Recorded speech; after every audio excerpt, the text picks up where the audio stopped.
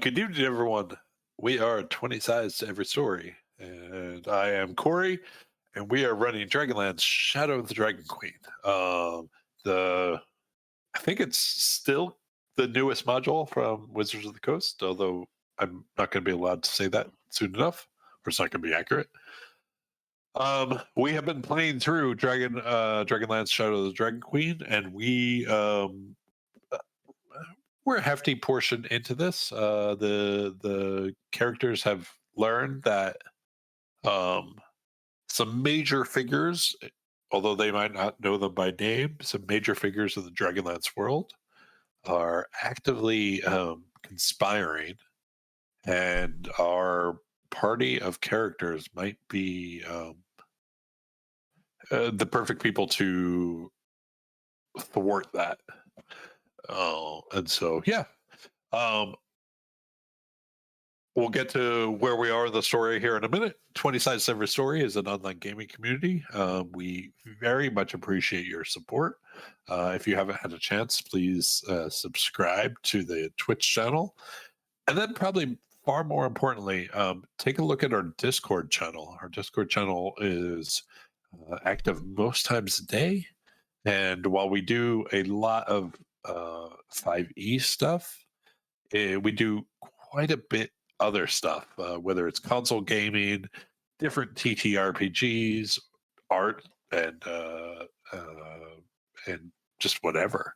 And it's also what I like about it is it's not so huge of a community that you're going to get swallowed up and lost, and confused by thousands of channels.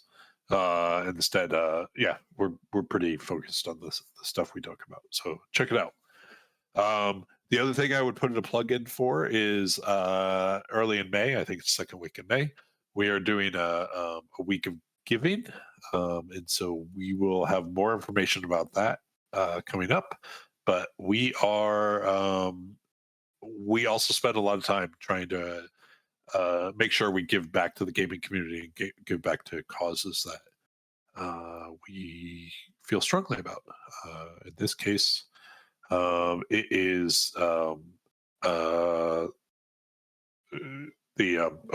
so yeah, Alex just pointed it up. The full schedule for the week of giving is up on the Discord channel, and it's in the announcements right near the top of the Discord channel. So check it out. And I think the group of us who are DMing for it all decided we would do something we don't normally play. So it's a really diverse group of games that week. So. But back to our game here. So we are the characters are a little bit of maybe in the middle of a little bit of a tragic situation. They came back from the characters have been enlisted by the city of Kalamon, sort of as special forces. The city of Kalamon realized that they have special skills that their own militia can't handle. And so they have asked the characters to help them out. And so during a mission, when they came back, they learned that the Dragon Queen's army had pulled a significant group of the militia away from the city, which seemed to be a ploy to insert into the city undead individuals who went on to kill the entire city council, more or less. The characters came back to discover this, and they discovered that underneath the city was a burial chamber. And in that burial chamber, weird purple flame sort of wreathed everything in the chamber. And as they explored that, they realized more and more that the flames were actually displaying images of the past. And so they learned the history of a knight who they would later learn goes by the name of Lord Soth. And that night gained a lot of power and then eventually killed the people he loved around him. The final vision that they saw was a vision of the knight being in the chamber in which they also sat and holding the scepter that was wreathed with flame.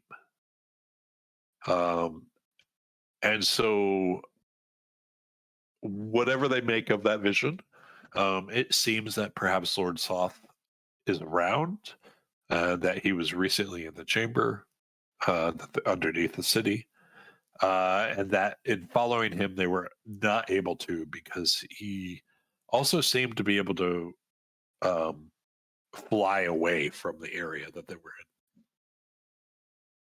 So, when the characters reemerged from the tomb that they were in, they sort of realized the devastation in the city that they faced. To shorten the story a little bit here, what the few remaining leadership of the city, in particular the head of the city militia who had left the city to take care of something, Marshal Ventry, is now back in the city. The marshal is the de facto leader of the city at this point, but is rapidly trying to reestablish some sort of democracy in the city.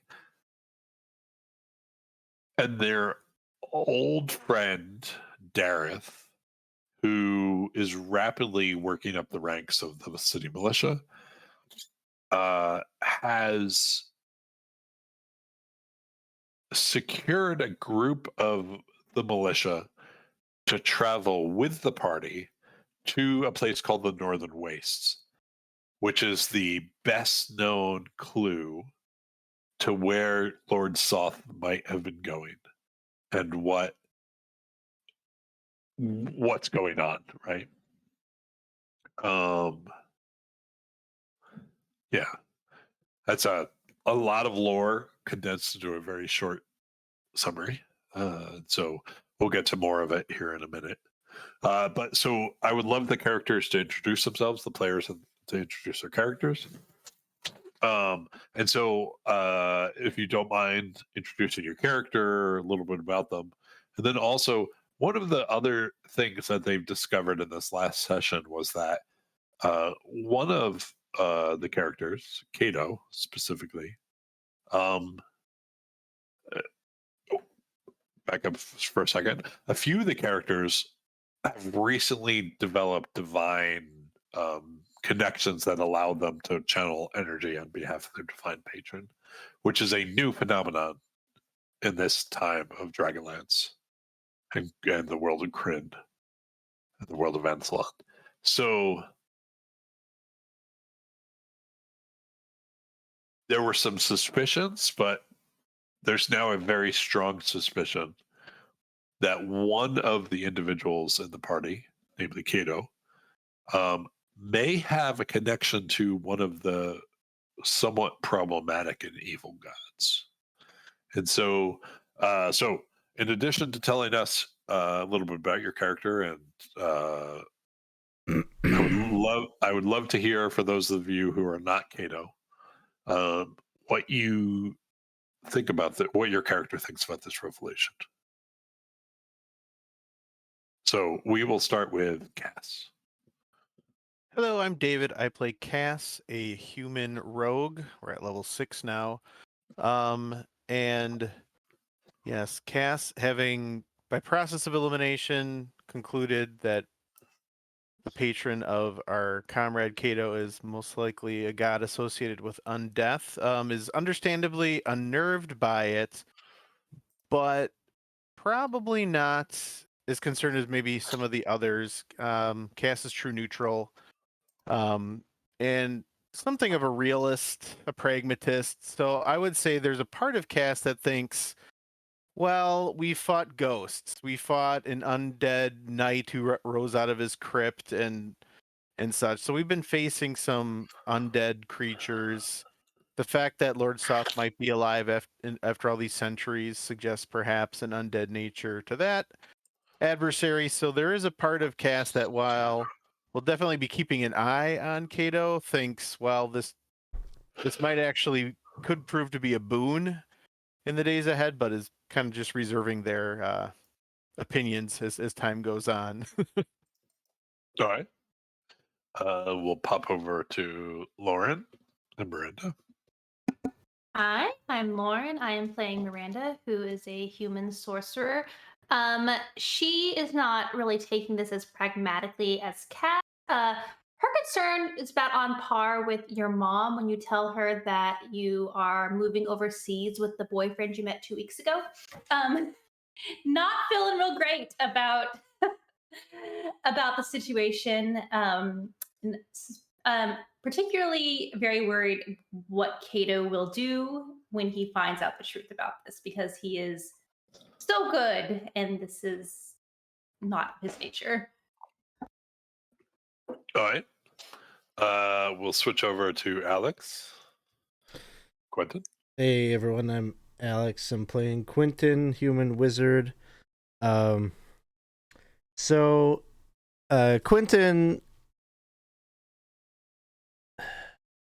I don't know if it's ever come up exactly, or if Quinton would even really talk about it, but his father.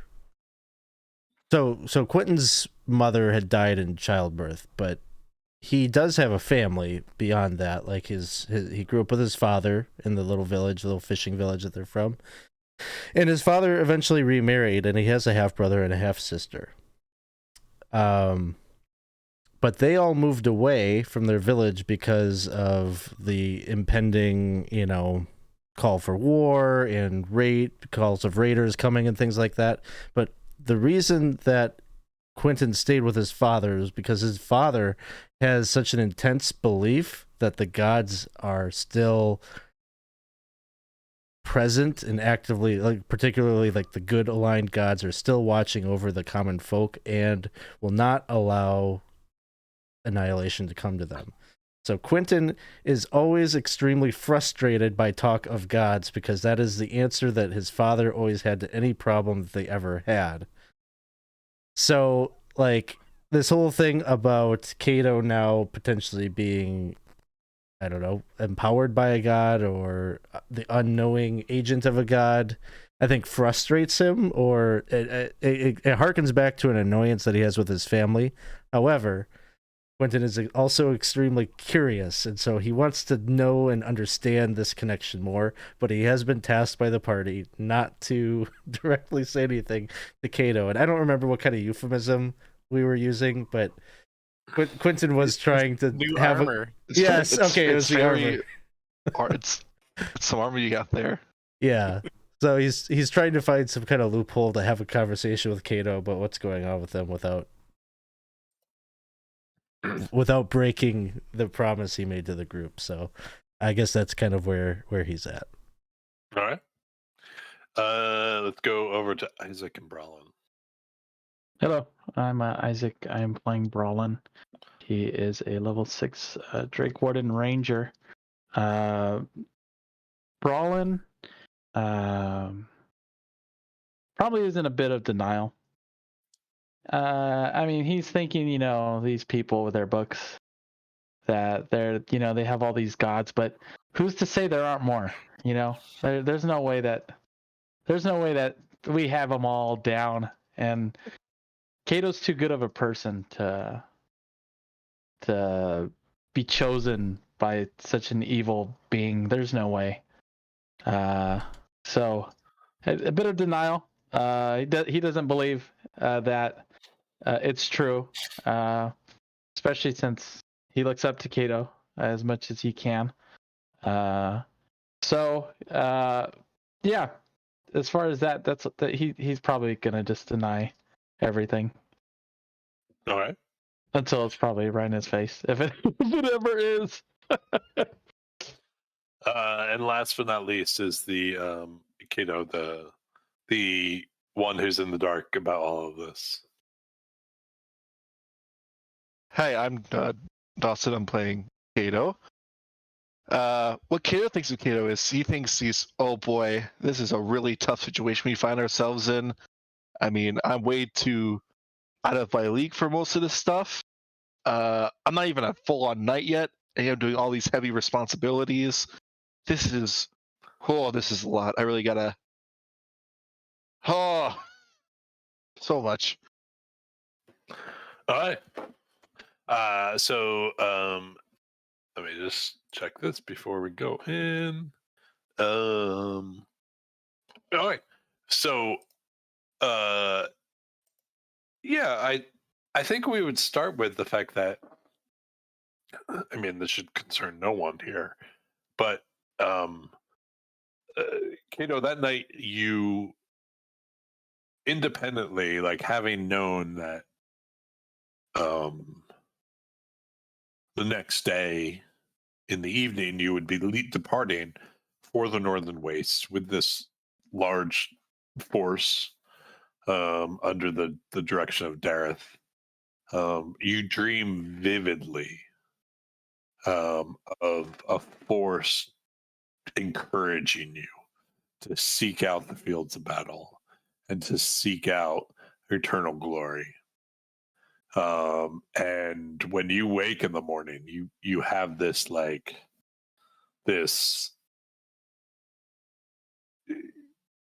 without removing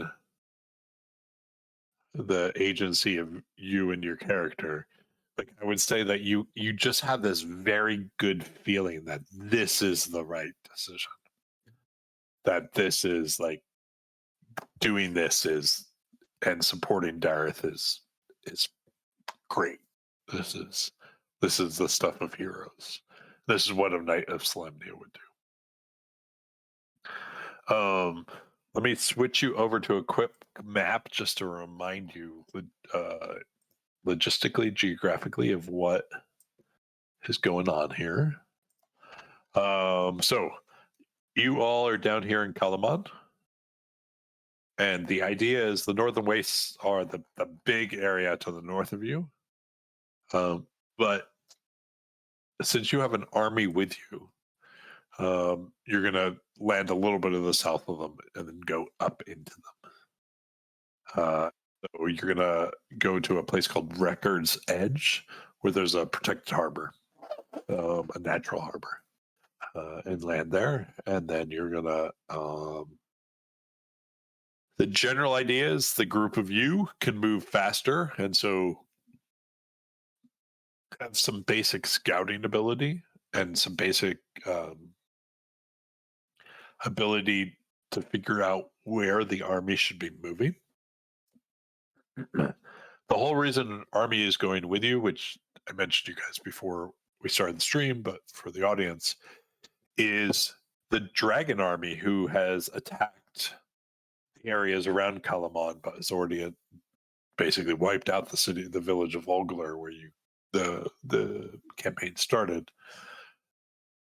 It still looms in the distance.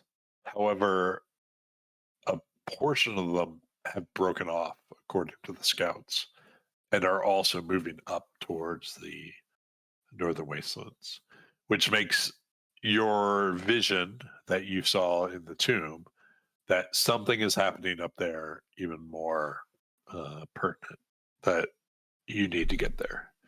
And so there's two mini armies headed towards there, and then you are going to help guide your half of the mini army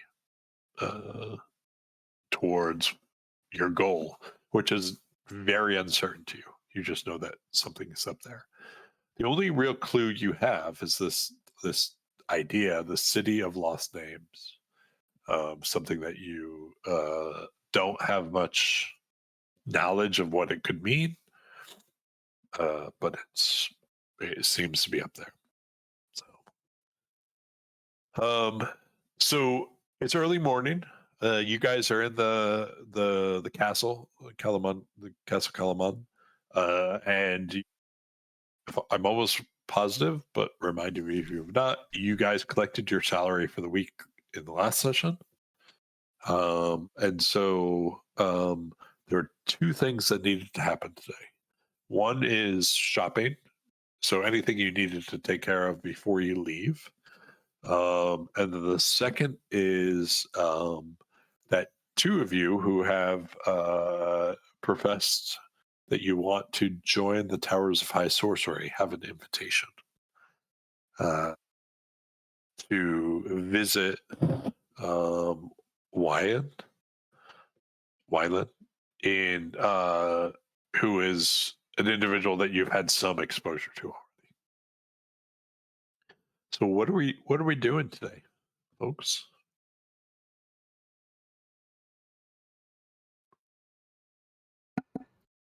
Before we do the sorcery thing, I might want to try to find the little gnome tinkerer and see if she has any ability to make any kind of personal flotation devices or anything like Okay. that for us. Okay. Yeah. So totally slipping on his name for a minute, but they live just above you in the castle, so super easy. And so you run up there, and so personal flotation devices. Let me see. Let me see.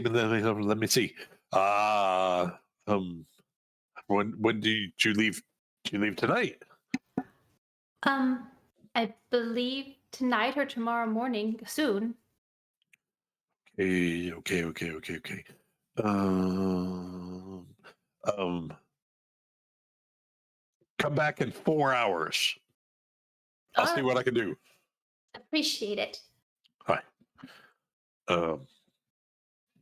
And so you see, I wish I could remember his name. Tatana, right? Yeah. Tatana. So her name. So Tatana is like, 4 hours. I'll see what I can do. I'll do the best I can. And you see her run off. And All we can ask. well, what else? How about let's start with shopping. Like, what are there things you guys are all trying to buy or to get or to basically some everything things. in the city? Okay. I'm gonna look for some climbing equipment because Okay. I see a lot of ravines, canyons, Yep. big gouges in the earth over there. I think that'd be a good thing to get. Okay. And I'm sorry, go ahead. No, please. And the other thing I look for specifically, because boy, it'd be good to really have some nice food. I learned how to do it once, so I want to give it a try. Some stuff to fish with. Okay. That's one of those fancy poles that they had. Okay. So the first, just for free, you can all take climbing equipment. It's just in the castle. That's something you could procure easily. Fishing equipment, you would have to go down and look for some fishing equipment. And that is something in the player's handbook, right? If I remember correctly. I don't know. I think it's a tool. Hold on. The fishing, it's a fishing tackle, I think is what Yeah. it's called. So that would 1 gold piece. yeah. So 1 gold doesn't, you don't get much of a deal on it, but you have basic fishing equipment. I buy enough for everybody. Okay. So everyone I now have one already, just so you know. So what? I don't think Kato remembers that. He'll buy it anyways. Maybe Darrett wants one. Yeah, there it now. So fishing equipment for all of you and climbing equipment for all of you. What else? Cass is interested in trying to see what magic items may be available at Yhand's shop. So they'll ask Quinton and Miranda if they can join them when they check in with the mage there. Sure. So,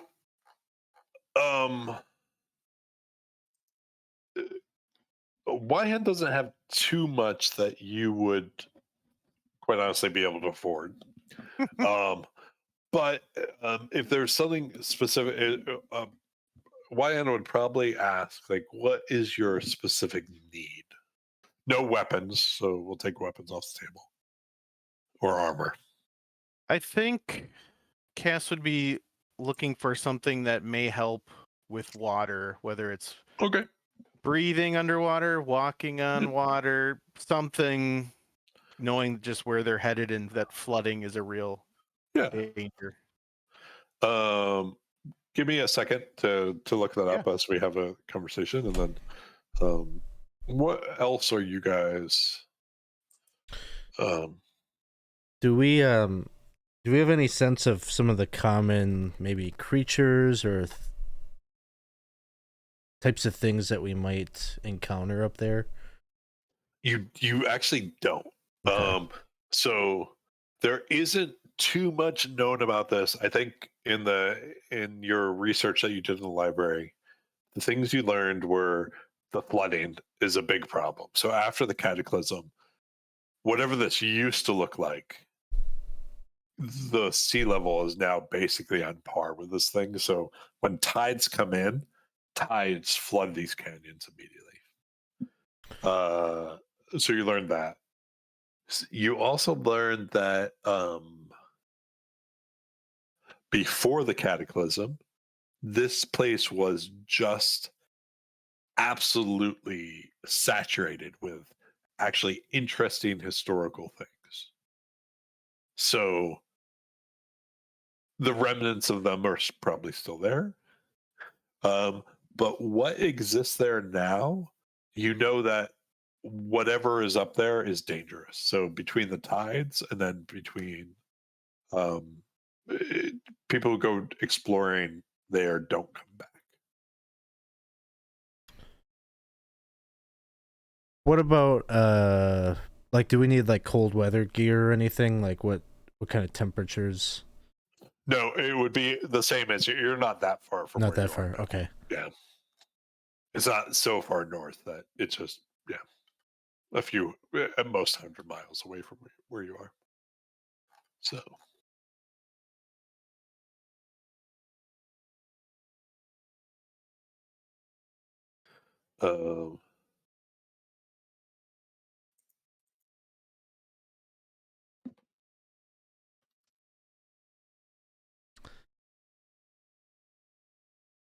Anything else?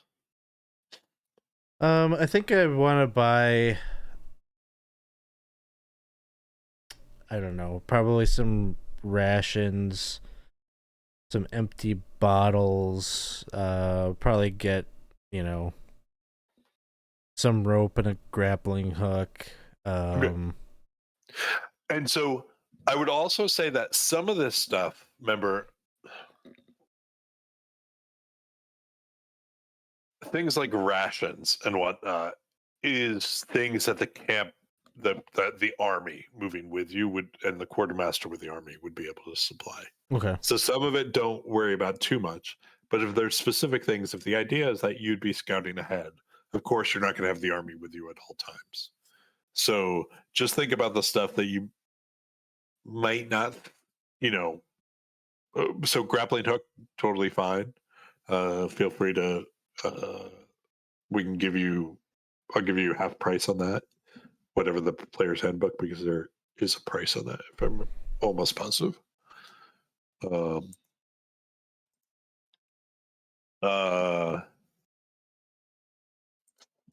Cass, the best she comes up with is she has 3 potions of water breathing. And how much do those cost a piece? I'm going to say 75 each. Cass will buy 1. Okay.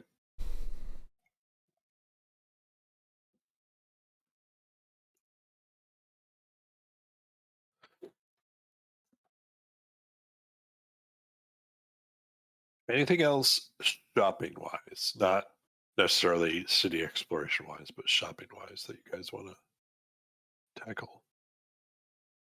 I seem to remember that we did a bunch of spell components last session, or maybe the session before. So these like lost, like this place is like kind of known for lost artifacts or ruins or antiquities and whatnot. Is it the case that a lot of it is like buried or like Unknown. I mean, it's just your experience with the cataclysm is it could mean anything, right? It's just it could just be suddenly what was a valley is now the top of a mountain. It could be things collapsed in. It could be under the ocean, all over the place. maybe I'll buy like a miner's pick just to Okay. strap to my pack just in case, I guess. Okay.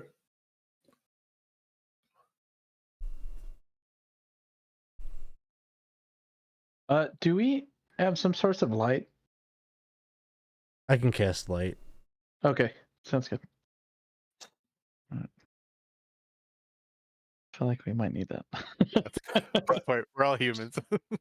But I will say, in terms of having the army with you, that would Mhm. be allowed, like before you depart from wherever the army camp is.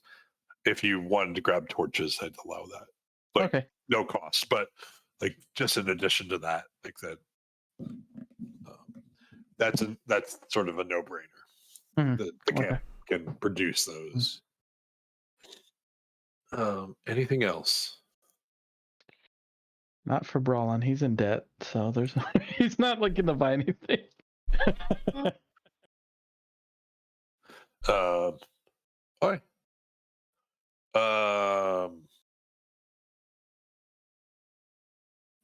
Ignore the invitation for the wizards. Anything else that anyone wants to do in the city before? I will have one thing. Okay. I will compose a letter to send home with 5 gold in it, Okay. stating, can't really tell you what I'm doing because, secret stuff, but letting you know everything's going great.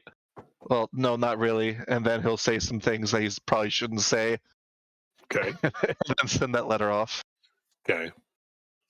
So your family sound very worried that you're in cahoots with the death god, but okay. Indeed. I'm sure they'll understand. Miranda, still no response back from that letter you sent.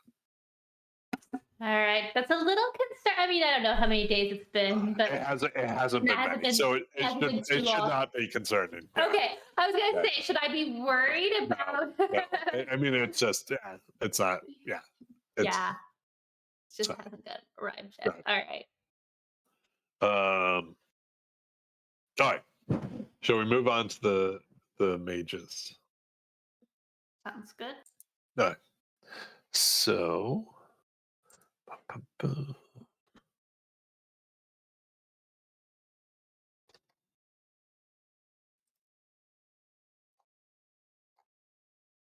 All right, just bring this up.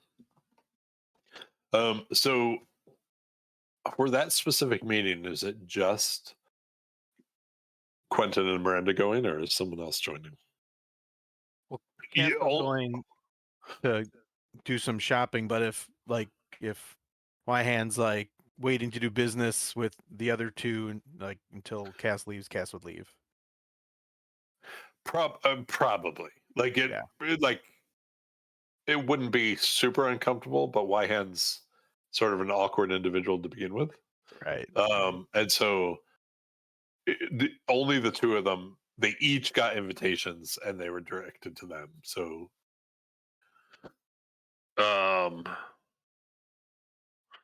so Wyand looks at you and she, the two of you, and sort of sizes you up again. She says, well,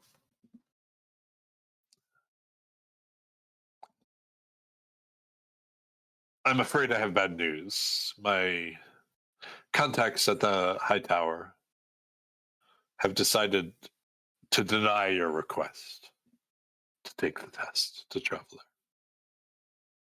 there. With all this nonsense and the threat of the dragon army here, it's too dangerous. And You perhaps don't know this, but we don't take sides in such conflicts. And so you traveling might be seen as doing so.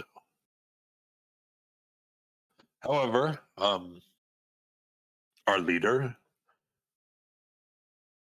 Salian, has granted you a special exemption, perhaps. And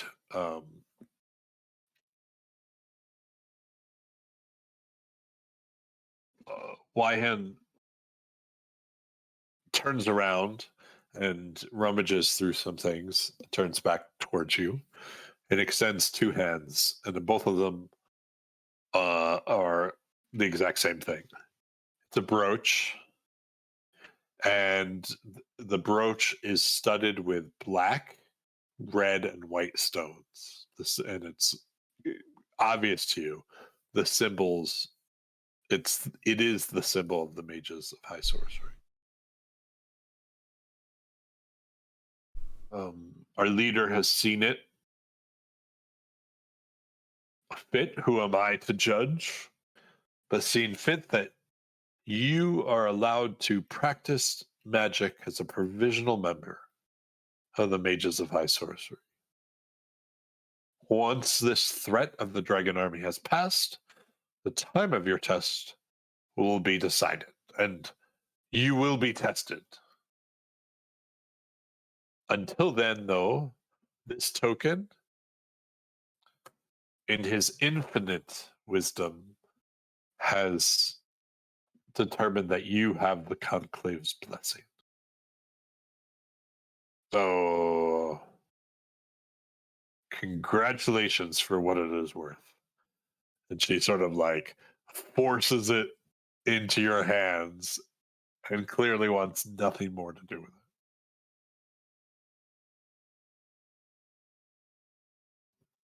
What is this looking at Miranda with like a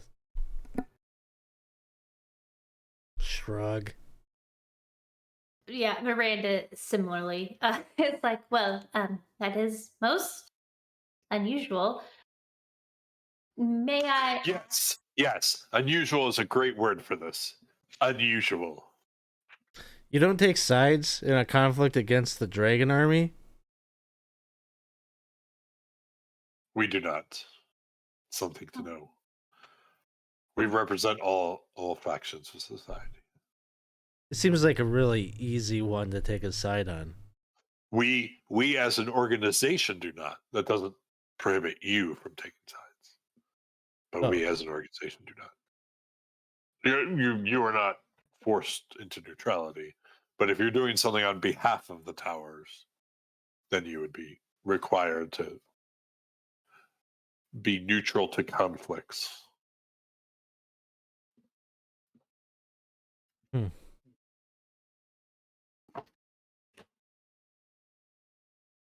So, setting questions I have about that aside for a moment, what precisely does this, I guess, blessing of the conclave give us? Oh, I mean, much like my robes. And Wyhand's also wearing a similar brooch. Although it's not the first thing you notice. You definitely notice the robes first. Right? But she says, much like the robes, they wouldn't say quite that they allow you to speak on behalf of our order, but perhaps some of the respect that is granted to the conclave will also be granted upon you. But, of course, if you act inappropriately, I don't think anyone will have a problem making sure that you are disciplined. So this thing allows us to practice magic. Does it have an expiration date? Its expiration date is when you fuck up. Huh. So let's say I don't want to take the test of high sorcery anymore. Hypothetically. Then I would take it back from you. Oh, I don't then. He's If your goal is no longer to take the test of higher sorcery, then um, there's no reason for you to be here today. Why waste my time?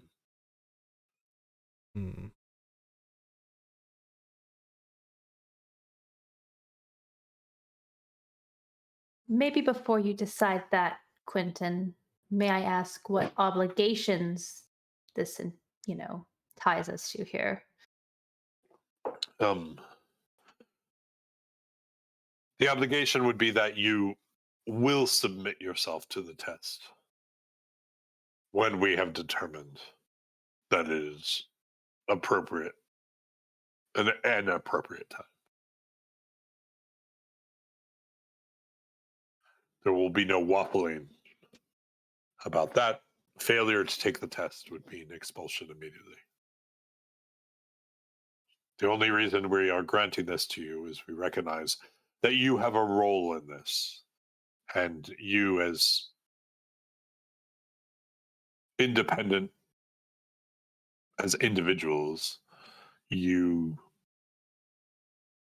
will fulfill your role, whatever that is, whatever the gods have determined your role is. But you do so with the blessings of the tower.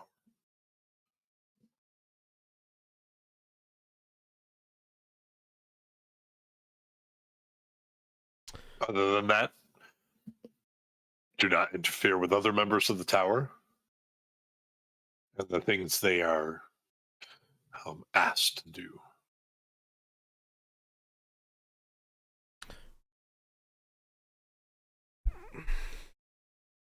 Yes, you don't need to raise your hand. What are they doing if they're not taking an active role in this conflict?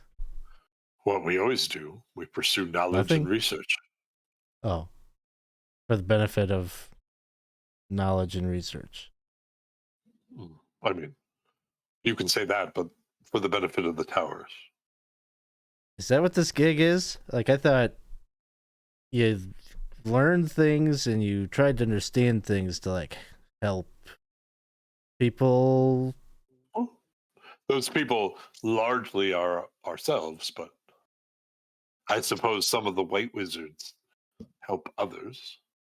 Oh yeah, that's what I wanted. Yeah.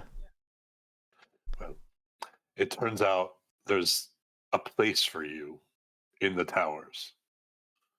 Thankfully, far away from me. It's like an extra ivory tower. No. Further removed from the others. It's just far, far away from here and my work. Okay. Well, Miranda? How are we feeling? Disillusioned, I bet. Yeah. So I'm sorry, when you say that we shouldn't interfere with the work of any of the other members of the High Tower, you understand we are going out into battle. So if we were to face someone on the battlefield, then and I would expect you to, and not I, the conclave expects you to negotiate that to the best of your ability. All right. You are joining an organization which should take the top priority in your lives. If you don't wish that to be the case, then you don't need to join. No one is forcing you. I understand that. When you say top priority in my life, so right now surviving the invading dragon horde kind of is taking that. I'm sure you'll be fine. Okay. So Corey, what are like the consequences of practicing magic without being a member of the? Oh, there No, isn't like a okay. practicing powerful magic would probably start to draw some attention. But practicing magic, like it is a choice to join the towers. It is not a limitation. Like it's not. There's no laws saying you can't if you're not. But you have access to things that you wouldn't otherwise have. And so, in particular, for your characters, like on a logistical level, if you said no more, those feats would no longer be available to you. The ones you have would stay, but you wouldn't get additional ones.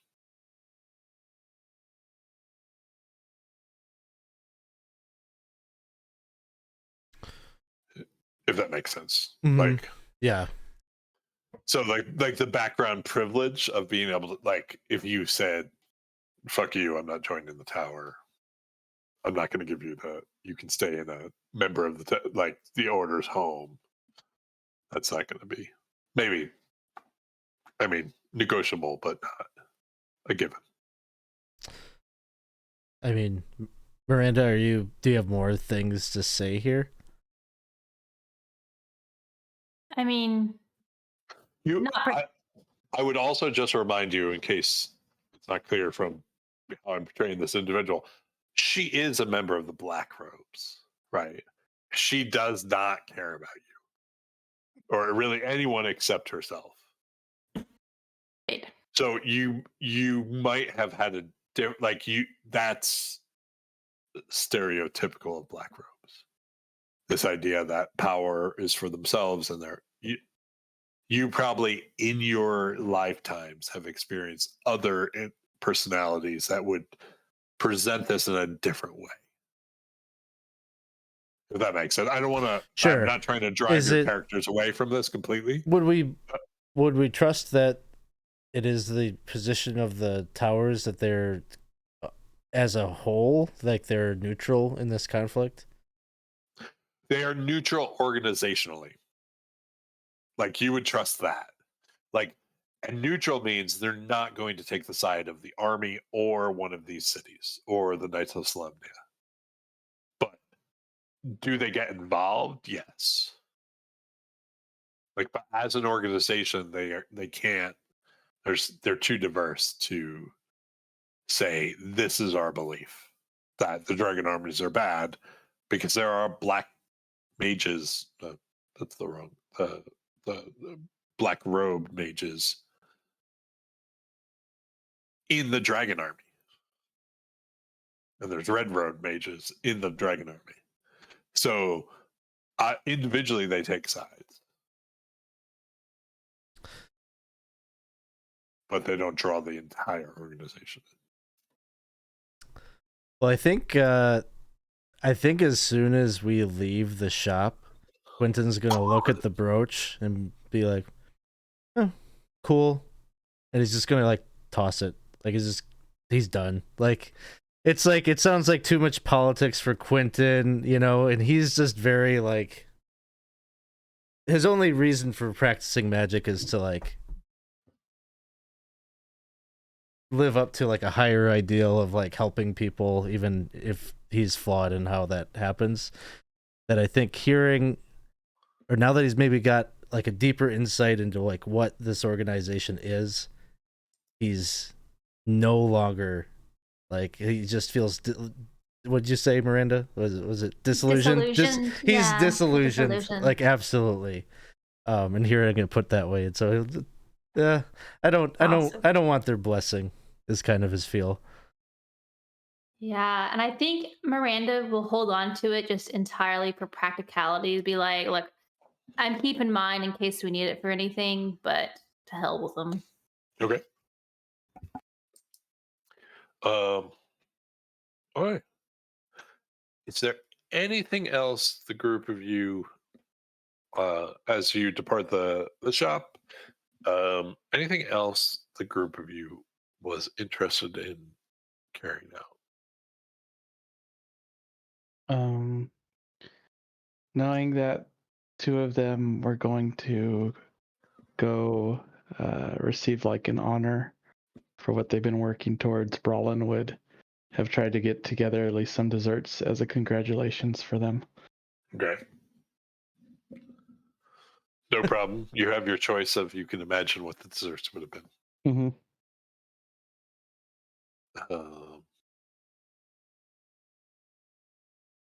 All right. So the way the rest of the day would carry out would be basically you meet the ships near dusk. And so if we're timing sort of, if there's nothing else the group of you want to do, we're timing that to as you approach the ships, whether as a group or sort of in bits and spurts, you two things you notice.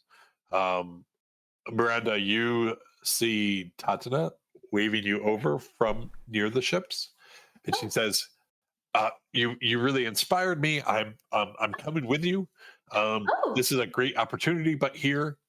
And she hands you. They look like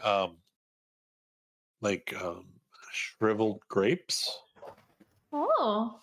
And she gives you 3 of them, and she says, if you're in trouble and you are underwater, if you crush these, they will explode and they will pop you up to the surface in no time at all.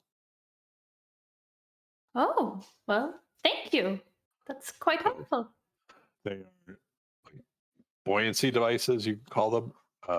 And so they will, as a bonus action, you can, and I'll write this in chat here for us in a second. As a bonus action, you crush them, and they will,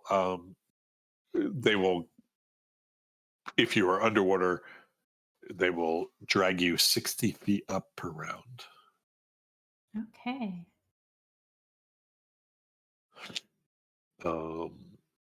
And attacks of opportunity apply, etc. So,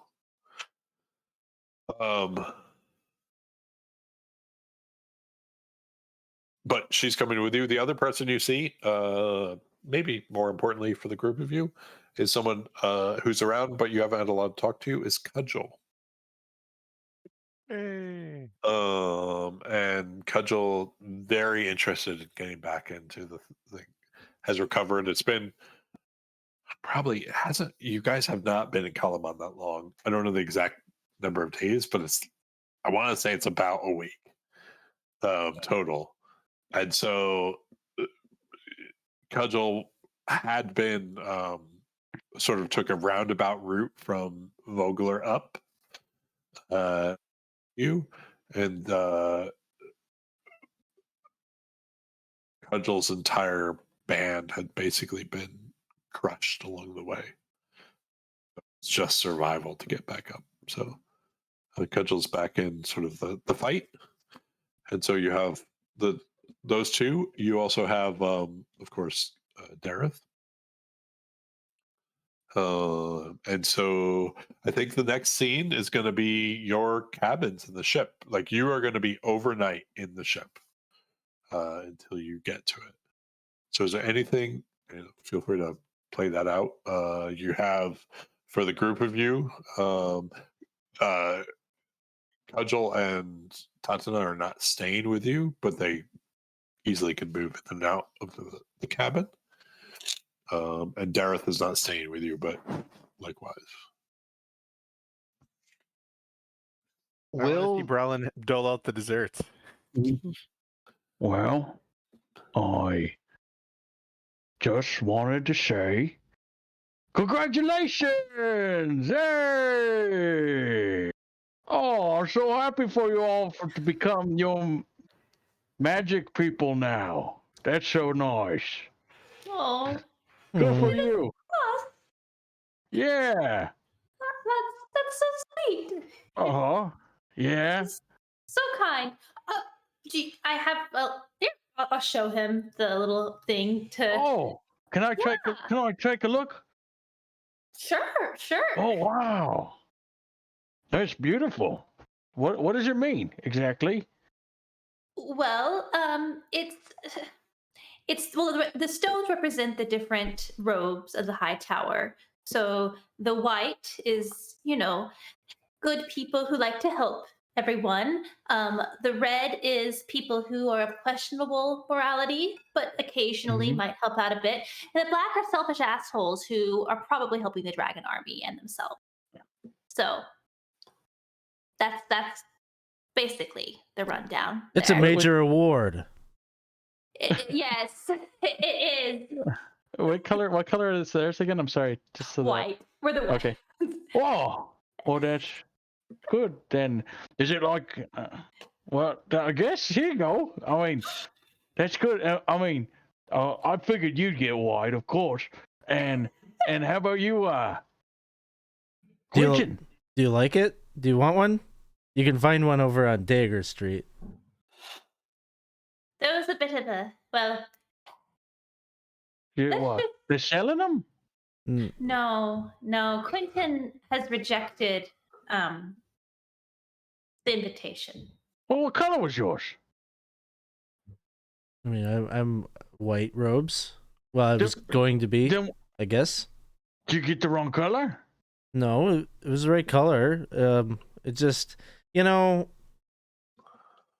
don't think. I think the universe has a different journey for me. What? The thing. It turns out that the mages of the High Tower, they told us that they don't like to get involved in any of the happenings of the world. They have a policy of neutrality, as it were. We were So gonna it's have like to a lo- wait. We're gonna have to wait until the war was over, and at that point, I'll probably have. Well, like, what's the point? Is kind of what I was thinking. So it's just more like what, like a license type deal? It's kind of like a book club, I guess, like a really complicated book club. And there's like research involved, but I don't think you share your research with anybody, really. Would you want your book club to get involved in a war? Not the black robes. I can stay out of it. But no, it's more there might be unspoken, obligations on us. And I figure, I don't know how you feel, Miranda, but I gotten this far without him, right? yeah. I accepted it because I don't know, it might become useful to us in some capacity.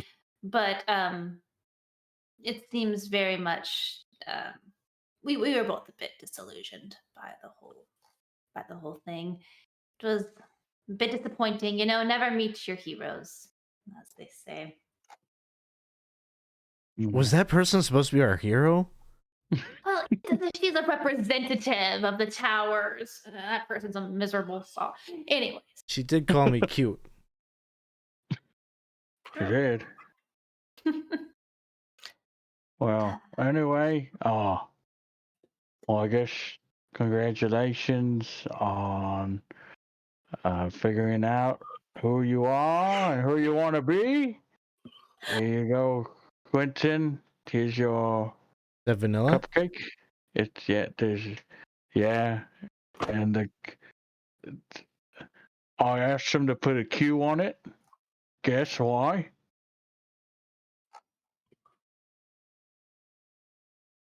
Cause Go ahead. questions. No. Well, it's because your name is Quinton. But That was gonna be my second guess. But I do like asking questions too. That would have been smart. I should have. Yeah. Anyway, here you go. Thank you. I will cherish it longer than I cherish that brooch. Okay. How about you, Kato? How's that armor fitting you, bud? Oh, I mean, I'm not wearing it. We're on a boat, so. Oh, thank God. Oh, But how does it fit? Shitballs. It fits good. Hey, yeah, if it's great. I knew I forgot to thank Marshall Vendry for sending that out. Yeah. No, but you didn't have. It's fine. It's okay. I'm sure she's very busy. Yeah, sure. I'm sure she understands. Anyways, I got fishing poles, and I thought a great way to send us off to this whatever experience we're going to experience up north, which would probably be a lot worse than what it is right now. Let's go fishing. Quinton? Is there a fishing god? Maybe there- your god's a fishing god. I mean, we saw him fish. He is pretty great at it, except when it comes to, electrocuting the prize fish of a town. Don't Let's your not god. get Could be a leave, fishing god. leave your armor down here. We're gonna go fishing. It's We don't already- need it. I'm not even wearing it. Good. Great. Here's your fishing pole. Go fishing. Catch a big one.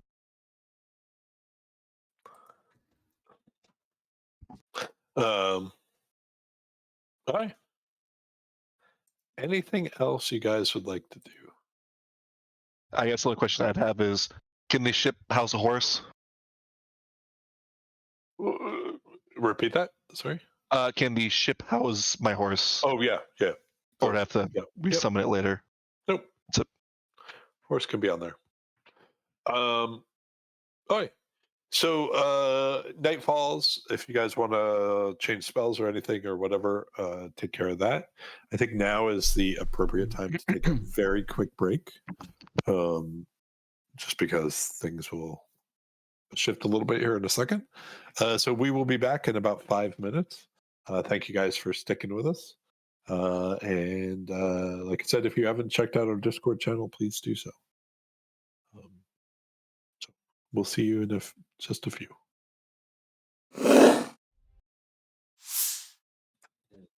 Hi. So thanks everyone for sticking with us. So the night passes, and as the sun comes up, you can see a very different coastline from where you left when you left Calamont. And you can see waves crashing against jagged rocks on the shore. The big difference is you see beyond the rocks these very beautiful red-hued canyons, which sort of carve their way through a somewhat alien landscape, jagged and rough. So you have this this juxtaposition between these smooth canyon walls and then above this rough, jagged surface. And then even further, you just see that landscape like explode. So you see monstrous mountains in the distance and jutting skyward. Just all sorts of strange formations. And so Derek comes to you. It's, I'd say, about 7, 8 a.m. in the morning. Derek comes to you and says, we were hoping that you would make a rowboat and try to find a safe place for us to land.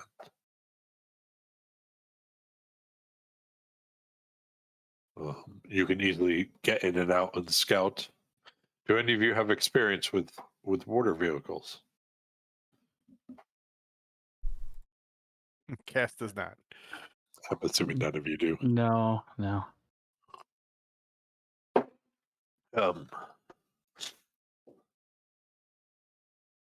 Either way, I think Brallin would still say, I'll go and check. It's no Well, biggie.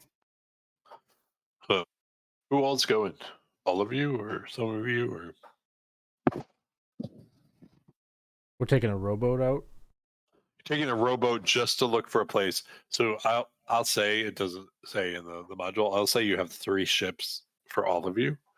And so you're looking for a place that basically is safe enough to to land everyone. Right, the ships can sort of be out in the open. They're going to look for some cover, but basically you're trying to get all of the individuals off of the ship onto land. I have really good investigation and okay perception, so I'd be willing to Okay. lend a pair of eyes. And I should say the distance involved, like right now, this isn't like a 15-minute thing. This is definitely going to be an exertion and a good half a day thing. Yeah. All of you, some of you. I'm going. Okay. Quinton will go. Okay. I hear 3 of you. I'll go, but I might not be of much assistance. My eyes, aren't what they used to be, but I can try. I'm probably very good at rowing a boat. Okay. Oh, Perfect. All right. So you all set out. They give you and the weather's okay. It's a little wet, little damp in the air.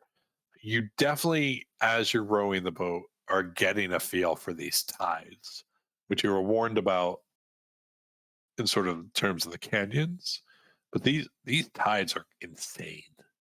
And so as you start rowing and as you start moving up and down the coastline looking for a place that would be appropriate to land, it's pretty rough.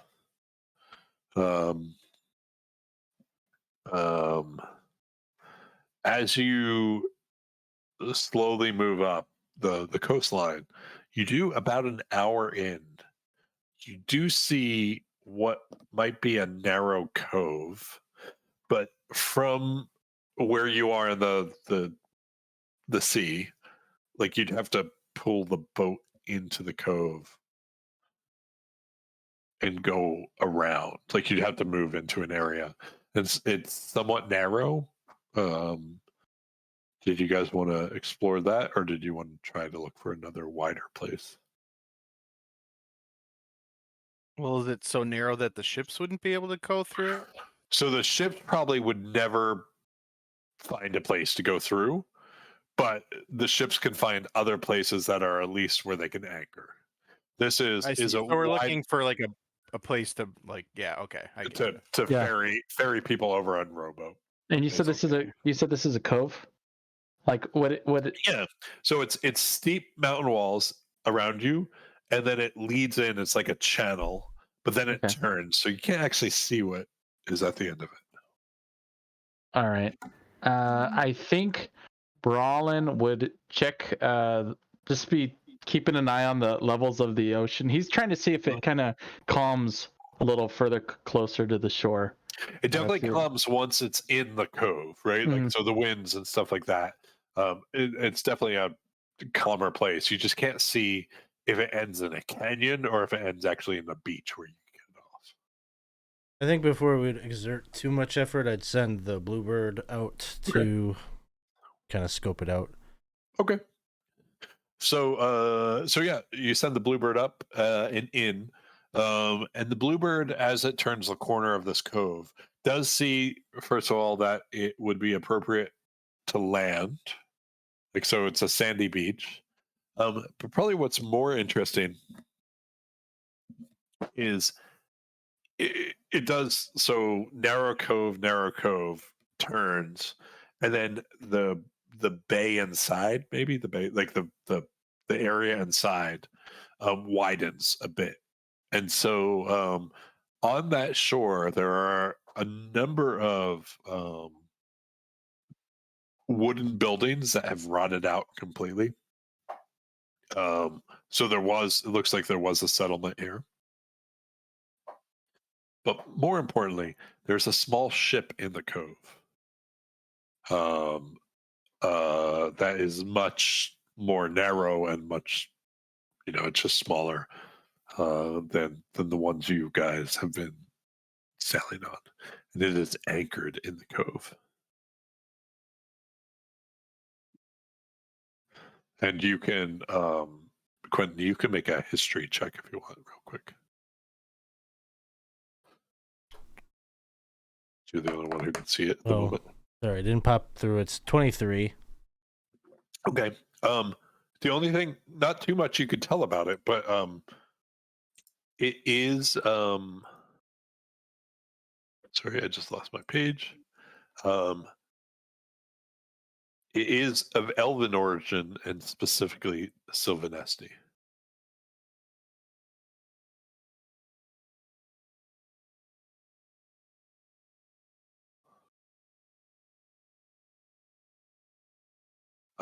I would also say that, give me 1 second to look something up real quick.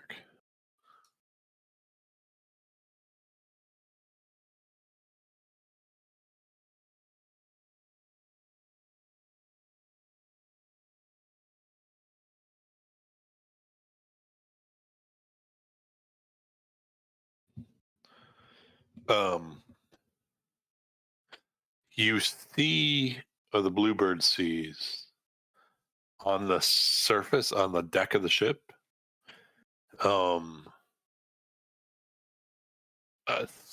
weird magic occurring. That you just see powerful swirling winds on the surface of on the deck of the ship. So like the sails are just blowing out crazy. They're furled, but you still see them being shaken by this. And anything on the deck, you just see sort of moving crazy about the deck of the ship. As if it's being buffeted by powerful winds.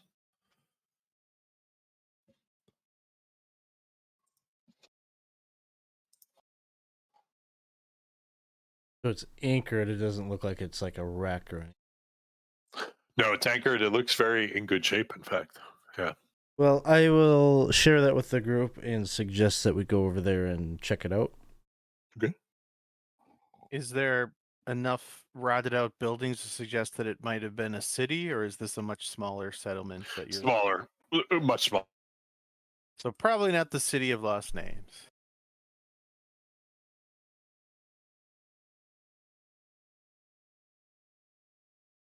Yeah. Well, Let's it's get closer.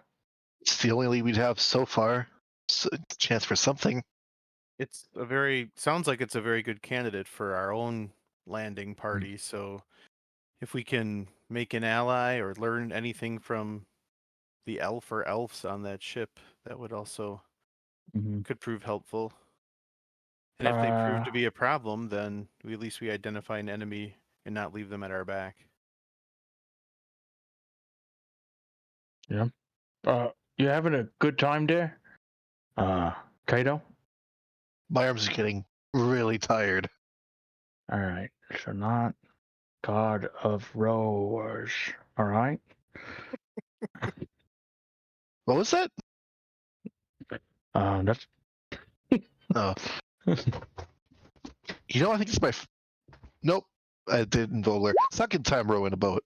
This is really interesting. How long would it take us to row over to that boat? you're muted. Yeah.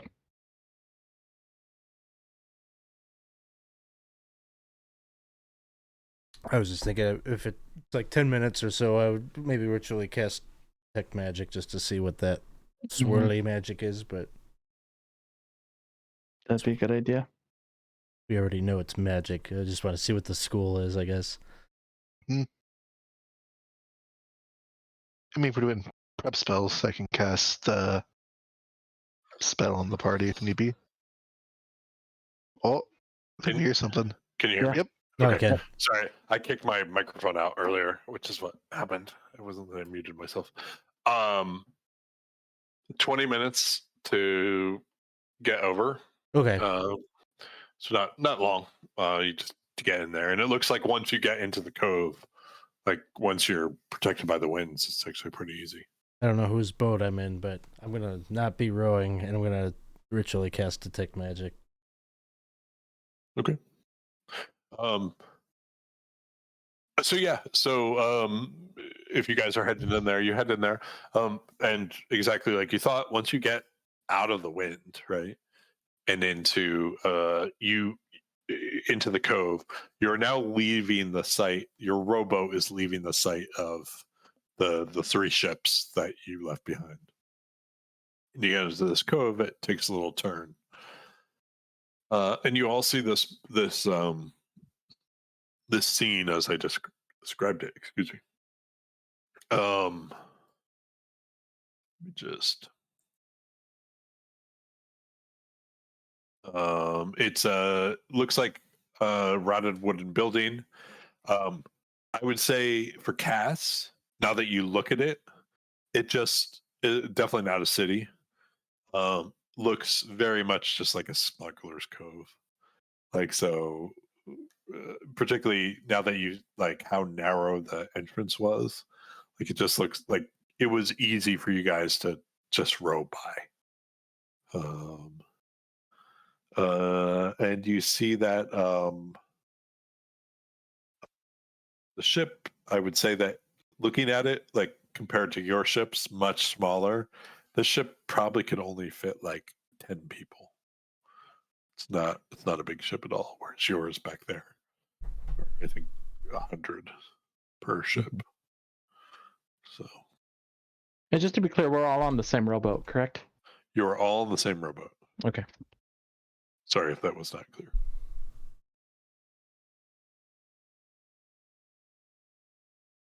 Well,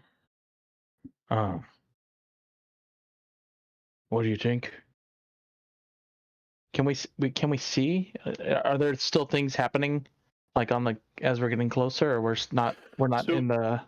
You all see the weirdness that's happening on the deck as you get closer, but I'm gonna say, unless you want to go closer, you would land about 100 feet away from the ship if you want to land. We might be better off claiming to be treasure hunters or something, so we don't betray the three ships beyond here, just in case they are in league with the Dragon Army, or they may sell information to the Dragon Army, or betray us if they are taken captive by the Red Dragon Army. Subterfuge might be the way to go in this case. That may be smart, yeah. If lie about who we are, that'd be a good idea. I Look directly at Kato. Brallin mentions lying about who they are. Need to know. I would say that just in case I gave the wrong impression, you don't see any people. You just see the ship and Okay. the buildings. There's no, and then the weirdness, whatever's happening on the deck. I think maybe we would land our ship right at least as close like 100 feet away. Maybe I'd ask Brallin might ask Quinton maybe to send the bird forward again. Maybe Unless you want me to go up.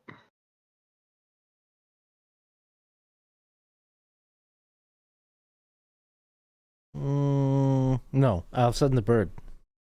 Okay. What is the bird doing? Did you want the bird to try to find a way, like, into the boat to see? Yeah.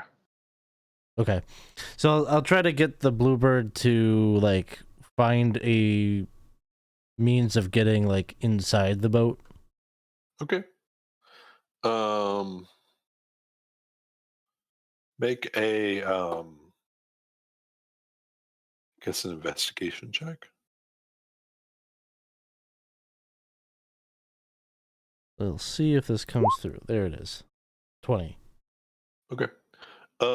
So yeah, there's on the deck itself, there's a few places that lead down into the ship. The hatches on the sides are closed though.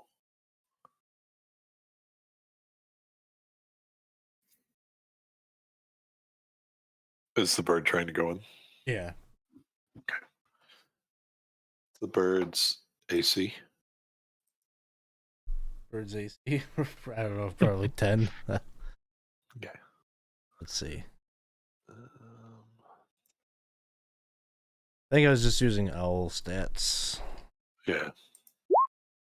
So if it's less than 25. Hmm. So the bird flies down, swoops into the deck, and something fairly invisible, like one of those winds, just hits it, and it poofs out of existence. You owe me 10 gold. Um, Is that what you? All of a sudden you come back or what? And Yep. they're just like, You owe me What? 10 gold. Oh, we didn't bet. What do you? What? I'm just Gold? kidding. Oh. The- What? But my What? bird's dead. and also, the rest of you would have seen this if you were watching the bird.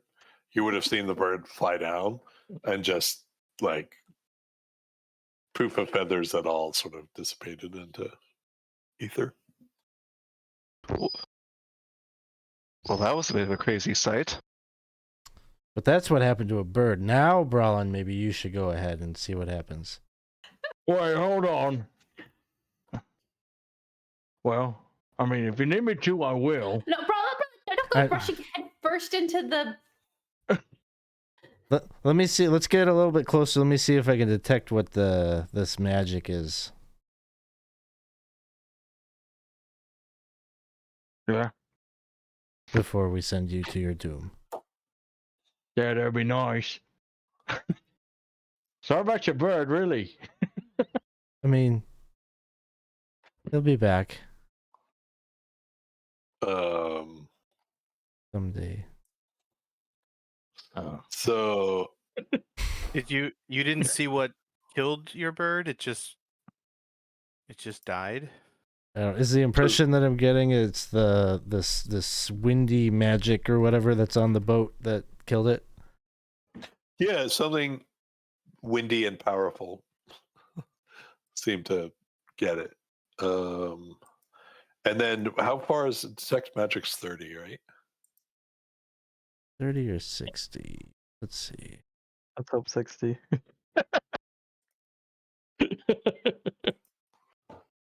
Asking for a friend. It is Um, 30. Okay. So you're basically walking along the shoreline until you get to Mm-hmm. that point. Okay. So you do detect sort of two things on the ship deck, roughly humanoid sized, and both have conjuration magic. Hmm. Oh.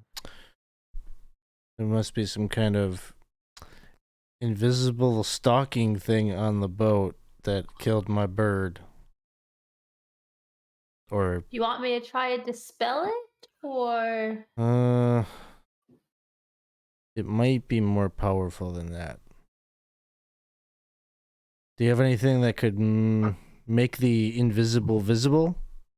So we could see what it is? I've got no. Oh, you know what? So you guys can all make perception checks if you want Okay. before Then, you uh, waste magic on that. Oh, I thought I didn't take fairy. Perception checks. Yep. I have the 17. color blast thing that could maybe do something. Perception.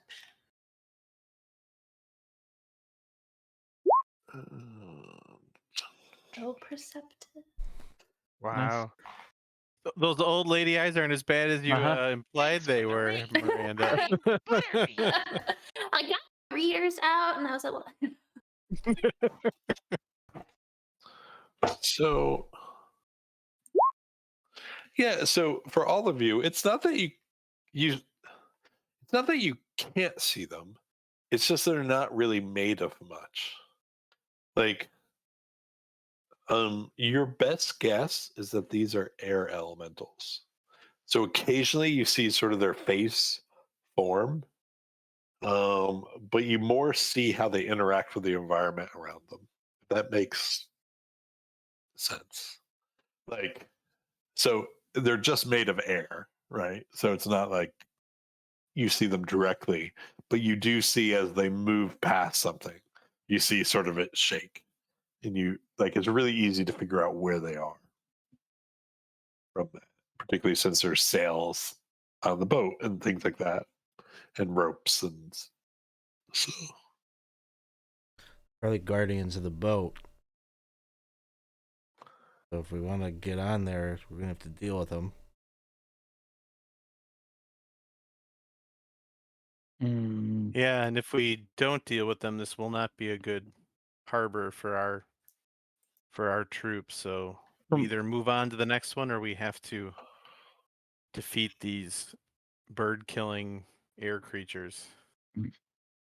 From where Brallin is at, can he look to see if there are any other footprints around, maybe Oh. leaving the ship? Make an investigation check. Okie dokie. Investigation. 19. Huh? Nice. Wow, with a -1. I know. Um,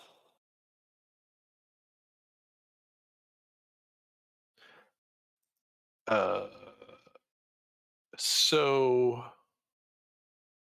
you can see some footprints leading away from the ship. Yeah.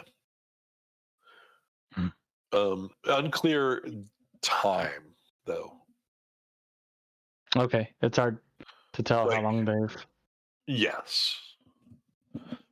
Mostly because they're in sand, right? Like it's not. Yeah. It's not. Yeah, It wasn't super recent. So. And then I would say with that roll, you could probably like it seems to match roughly what about 10 individuals, humanoids. wow. And I should also say that it's not just leading away from the ship, so back and forth.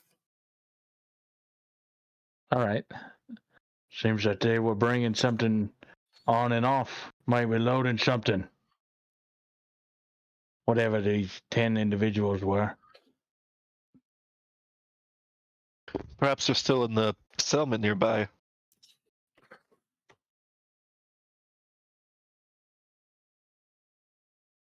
Maybe. It's not. You can see the whole settlement, so it would be a challenge for a group of people to hide in the ruins of what you see. Like it really is like shacks. Not impossible, but it would be a challenge. Well, what do you think? You think these people are even still here? I mean, they have to be, right? But I mean, think there's it a good might chance for anything. I think it might be worthwhile to see where they were coming to and from. That way we can learn more about this landing point, and we can make sure we're not boarding someone's ship and making an enemy we don't need to make an enemy of. right?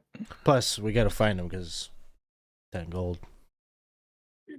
They owe you a bird, They Quinton. owe me a bird. They owe you. Yep, they do. Sure do. You're off the hook this time. Woo. I mean, I could probably catch you a bird, but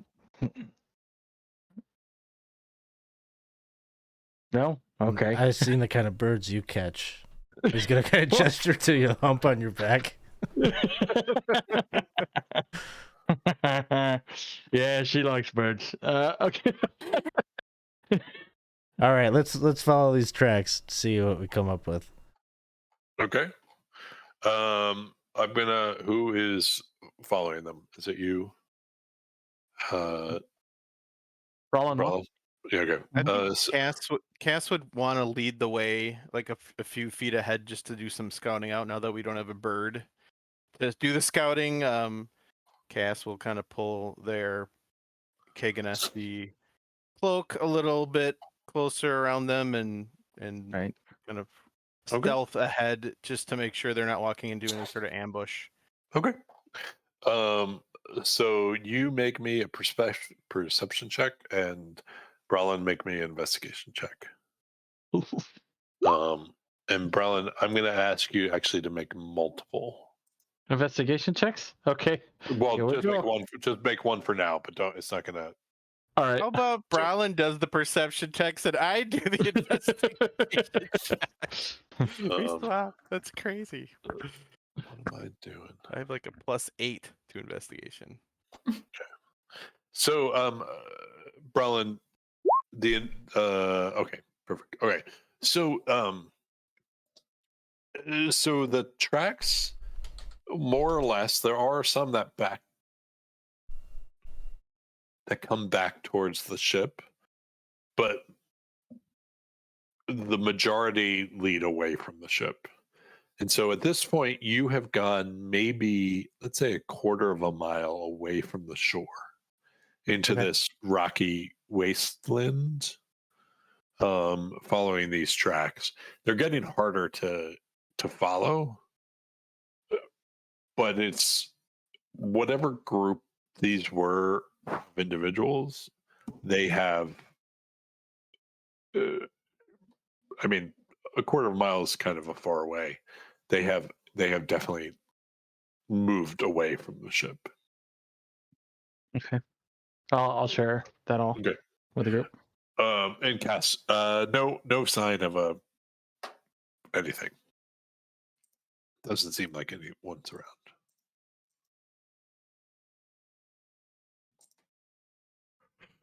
What would you guys like to do? Maybe we should call out again, do our due diligence, and if no one shows themselves, we board the vessel. We can always feign ignorance of the air elementals, and if we kill them, we could just say we came aboard to make sure everything was okay and defended ourselves. Which could very well be true.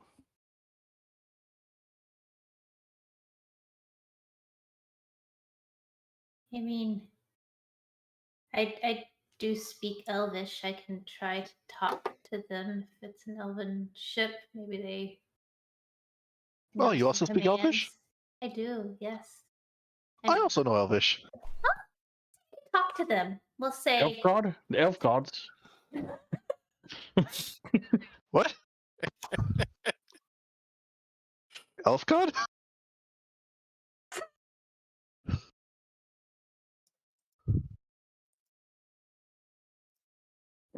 What other languages do you speak, Kato? I speak the native tongue of my homeland, and I speak the language of the dwarves. Elf You know, god. it's good to know the language of your neighboring Yeah. country folk. Quinn's just trying to Yes. find out, isolate whether there was a language that only Quinton and Kato spoke, so he could have a secret conversation about his god. I also speak the common tongue too, but that's pretty obvious. Cass mumbles the word nerd in Dwarvish under. Be nice in dwarvish. You get a rare smile from Cass. Well, I guess, are we wanting to just like start blasting at these air elementals and Well, they're not really going anywhere yet. Maybe we look more at the village first. village first?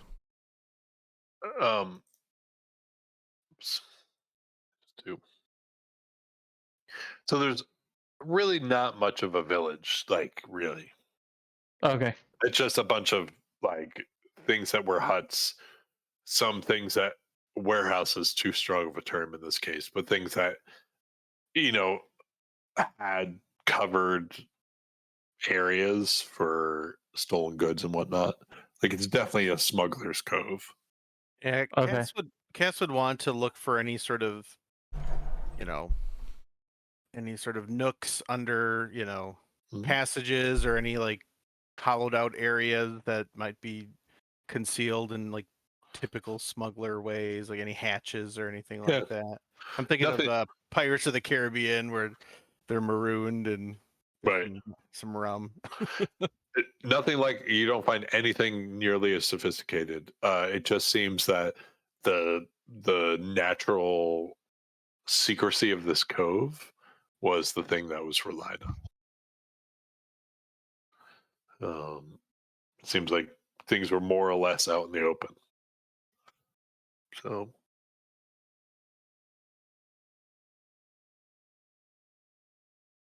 Well, I guess our two options is, as we discussed, check the boat, see if anyone's on board, or venture deeper to see where they're going.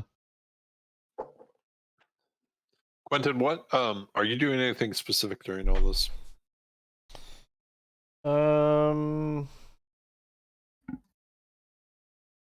Not really. I was just kind of waiting to see what Brallin and Cass, if they wanted to pursue the tracks further, or Did you follow them, or did you sort of stay around the water edge? I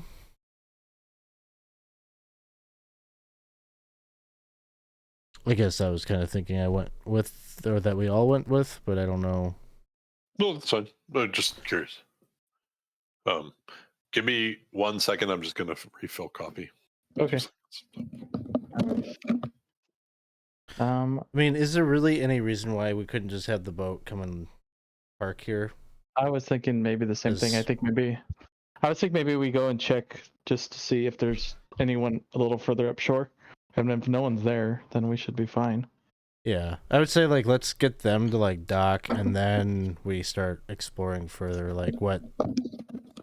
Because then they can start getting settled or whatever they have to do, if they have to like camp or whatever. Yeah, Cass's only concern is if there's like a ton more air elementals. Like, where did these two come from? Not knowing the nature of such things, is this are there magical wards on the area where our ships are going to get similarly or possibly attacked? So I think Cass would vote to again try to determine the fate of the crew of that ship before bringing our own ships into this cove. And so a couple things about that, like that, just to consider. One is, do you have ritual detect magic or just detect magic? As a spell? I was just, well, both, but I ritually cast it. Okay. So in terms of magical wards, you have an individual who could take the time to search through and see if there's anything problematic, right? In the immediate vicinity. The second thing I would point out is that you do have an army at your disposal now, which creates things like security and watch, like beyond anything you have encountered as a party. So even if you didn't unload everyone, you could unload 20 or 30 just to set up a little bit of a vanguard.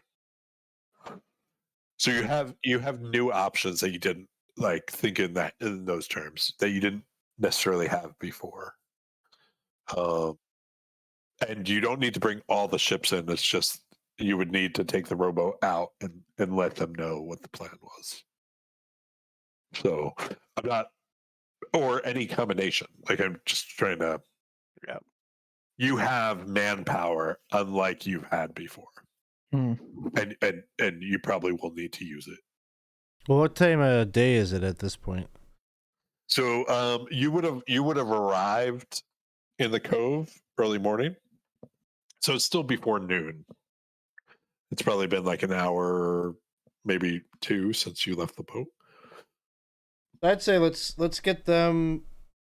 That's my vote, is to get them here, and then we go and explore where they.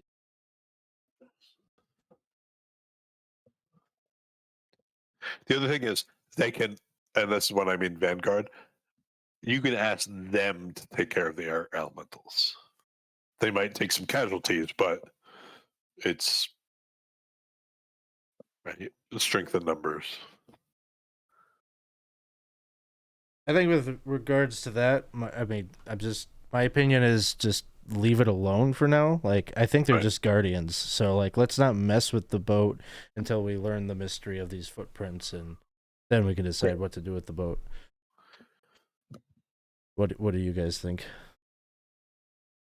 Well, if you don't see any protective stuff on the beach, then probably we can signal to get a few more people down here. I mean, should some of us? I mean, I guess it doesn't make sense for us to split up. But I am curious where those footprints lead before we bring everyone back with us. But maybe That's Cass's vote as well. They'd be able to be convinced to like go with the other plan of getting everyone and then exploring, but Cass's very cautious nature and sort of sneaky tendencies is like get as much info as you can before putting any vulnerabilities out there. So that would be Cass's vote, but could be convinced to bring in some more people. And in fairness to that, all you've done now is follow the tracks. Like, if you want to spend an hour expanding your sort of knowledge of the area, you certainly can do that too. So sort of explore a little bit more around the immediate beach area to just be aware whether or not there are problems that you should be concerned about. I think Brallin and Kato, what are your if you maybe say maybe an hour more, I think if Brallin might look to see if there's any like barnacles or like above our head. I'm sure that's not right. It looks like it's like a dry beach. It doesn't look like the tide rises super high here, or he's looking. Great question. It does look like the tide rises at points, but not often. Okay. So like you can see like the kelp bed, dried kelp bed. Maybe you could see like it doesn't quite get to like you walked a quarter of a mile in, I think it said. So it doesn't get that far, but it gets kind of like if the army landed, you would advise them don't land right on the shore. Like don't camp right on the shore. So it is at high tide. It looks like it would be safe for us. Okay. That's what if we're waiting an hour, then that's what he would do. Okay. That out. It's trying to figure out a place that they could set up and be safe. Yeah. Got it. Okay. What are the rest? Are you guys taking the hour to look around? So tell me again, we followed the footprints on the sandy beach. We followed for about a quarter of a mile and then they just disappeared, or did they continue? No, they continue. They get weaker though because you're moving off of sandy into more rocky. But like basically, if you continued, I'd ask for another investigation check. Is what where I stopped you. But they continue. The thing is, like I said, it seems to roughly be about 10 people, give or take. And yeah. Do we know anything about how the Red Dragon Army or any other Dragon Army has impacted Sylvanisty at this point? Do we think these are automatically going to be allies because their homeland's been ravaged, or is that so far away where we'd be like, we don't really know? I think you know that elven kingdoms have been upended by this. So, and that they wouldn't necessarily be like, I think you don't know, but I think you would lean from all the stories is that all of you probably have experienced groups of elves fleeing homelands. Like, so yeah, none of you have encountered a ship with elves fleeing. It's all right. Like none of you would have. This is more organized than anything you've seen, assuming they are elves. But like this is different in that sense. But if you ran across in the wilderness a group of 5 elves, I think you would sort of assume that not necessarily that they were with the the dragon army. Like it would more make they were either neutral and had nothing to do with it, or they were fleeing. Right. Is your so? I think Cass probably at this point is assuming that they're there for a very specific purpose that may or may not intersect with our purposes.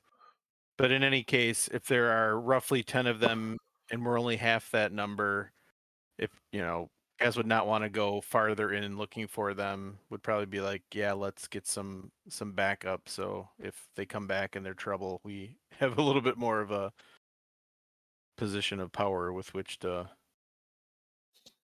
speak and act from. Miranda, you started to say something. Nope, sorry. These. Love them. I'm good. I'm good. Yeah, I was just gonna say I would be kind of looking to see what Cass is doing and go or stay, kind of depending on the decision that they make. So just kind of watch it a bit. Okay, I guess we're gonna go back then. Kato, are you doing anything special? Nothing in particular. Just keeping an eye on the ship because it's the only Okay, yeah. unknown factor that's contributing to our indecision. Quinton, during this, it sounds like your guys are taking the time to really sort of suss out this area. So, Quinton, are you doing anything particular? So what is happening? Is it we're following these tracks for another hour, or okay, we're not doing that. So I believe the impression we're getting is make sure this beachhead is secure to get our forces onto it so they have a place to land, and not there's someone hiding in an alcove we never discovered or something like that. Yeah. So we're taking the time to ensure it's safe. Right. And looking around, keeping an eye out to see if the elves return, if Right. and then, but yeah, not going forward at this point. Let's go back and get our troops. yeah, I mean, I guess I'm just doing, checking it out, doing the detect magic, all that kind of stuff. But Quinton is really in the camp of we should be getting. Our goal is to get the ships to land and such, and so if we're not immediately going to do that, then we need to move on and find a different spot.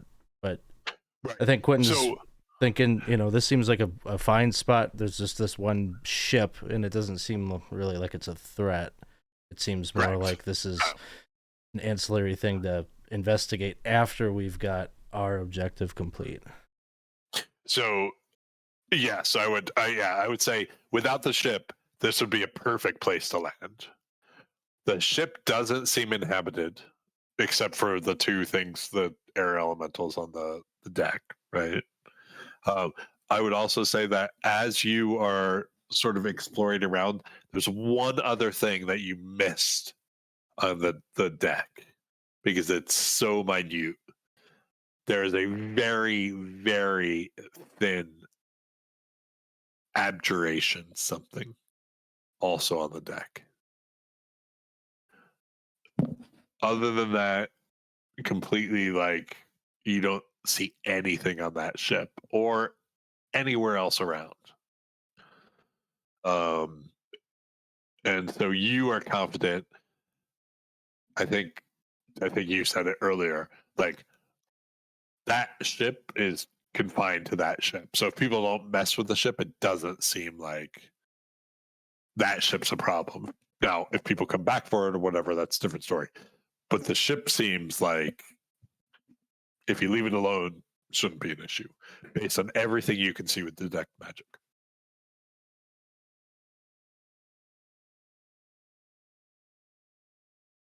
Well, Kato, how are your arms feeling now?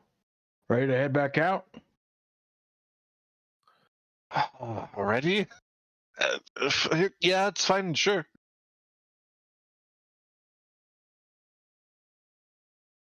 So it sounds Alright, like The we're waves gonna made it a little easier. Take the rowboat back to the ship and let them know we got a spot. Sounds good. Is anyone staying behind? Or you're all rowboating back? I think we should stick together. Yeah. So you start the rowboat back. The first part in the side of the cove easy, and then you hit the rough seas. It gets a little harder, but it takes about an hour to get back to the ship. So now we'll say it's roughly noon, between noon and 1. You hoist up, and Dareth is there. And hey guys, hi. Did it go well? You guys, we lost sight of you. That's fine. Think we might have found a place. There's a ship there. What ship? Like what of like? Elvin, maybe that's what you all said. Either way, we took an hour. We took a little bit of time, make sure that at least the beach is secure. So maybe we could start landing there. Looks like it's safe. As long as we bring the rowboats up past the shoreline, high tide looks like it's not too bad there. There's a wow, it's an elven ship. Sylvanesti. I think Oh, there may be oh. 10 or so of them that might. We found footprints. Seems that they may be disembarked from their ship and went inland, but we decided to come back to let you know it looks like a good space to land the boats or land the ships. But I think we would like to investigate that once. I think that's a great. And you think it's safe that we at least start landing a few people and sort of scouring out the area?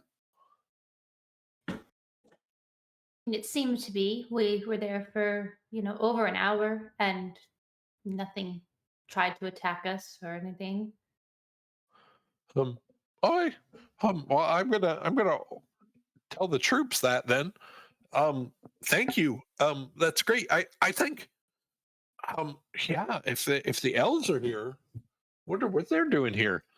I like the idea that you would try to figure that out. I'm not your boss, but I think that would just be really helpful for everyone involved. Yeah, we don't know what their mission might be, but perhaps we're on the same side. Perhaps we can be of help to each other, but yeah, we didn't want to take on a superior force perhaps when we're outnumbered 2-1, so we wanted to bring back some support, and it does look like a very strategic landing point. It's a nice sheltered cove. Well, yeah, thanks. I mean, boy, well, we're gonna get to it then.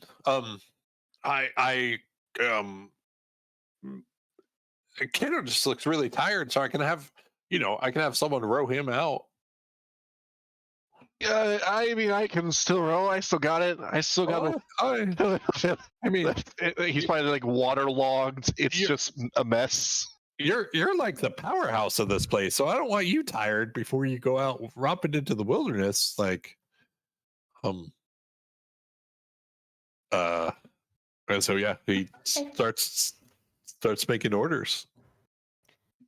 All right. And, if you have a few men you could spare to tag along with us as a bit of muscle to help Kato row. Yeah, I mean, Kato shouldn't have to do all the rowing. I mean, that just seems unfair, but okay. Like, well, yeah, absolutely. I'll send another rowboat out with you guys, and and then what can happen is once you guys land, they can take your rowboat back, and then we can start ferrying two and 3 rowboats at a time. I think it's a great idea. Thanks, guys. And so yeah, so this slow process. Is there anything before you go back to shore that you want to accomplish or anything, or? I No. don't think so. Okay. I'd So, ask him yeah. if he has 10 gold pieces worth of charcoal. Me? Do you happen to bring some extra, charcoal? I mean, I don't know. No. Yeah, that was a long shot. I thought, never mind. Maybe It's Katana has some. It's really dangerous to cook on ship with charcoal. I mean, that's a recipe for disaster. But you want the Yeah. flavor of the meat. So much better. I mean, between you and me, I love this whatever this is, and it's he shows the hard tack. I mean, it just sits in your stomach for like. I mean, you never get hungry with this stuff. Mhm. It does I fill a heard it. hole. I heard it was good. Yeah, I Uh, mean, Quinton, maybe one of the tinkerers might have some charcoal for one of their gadgets. Maybe go ask them. Yeah. Maybe once we're all settled up here, I'll ask him. yeah, and in fairness, they probably wouldn't carry charcoal with them because it's easy to produce once you get somewhere, right? It's burning Yeah. wood, so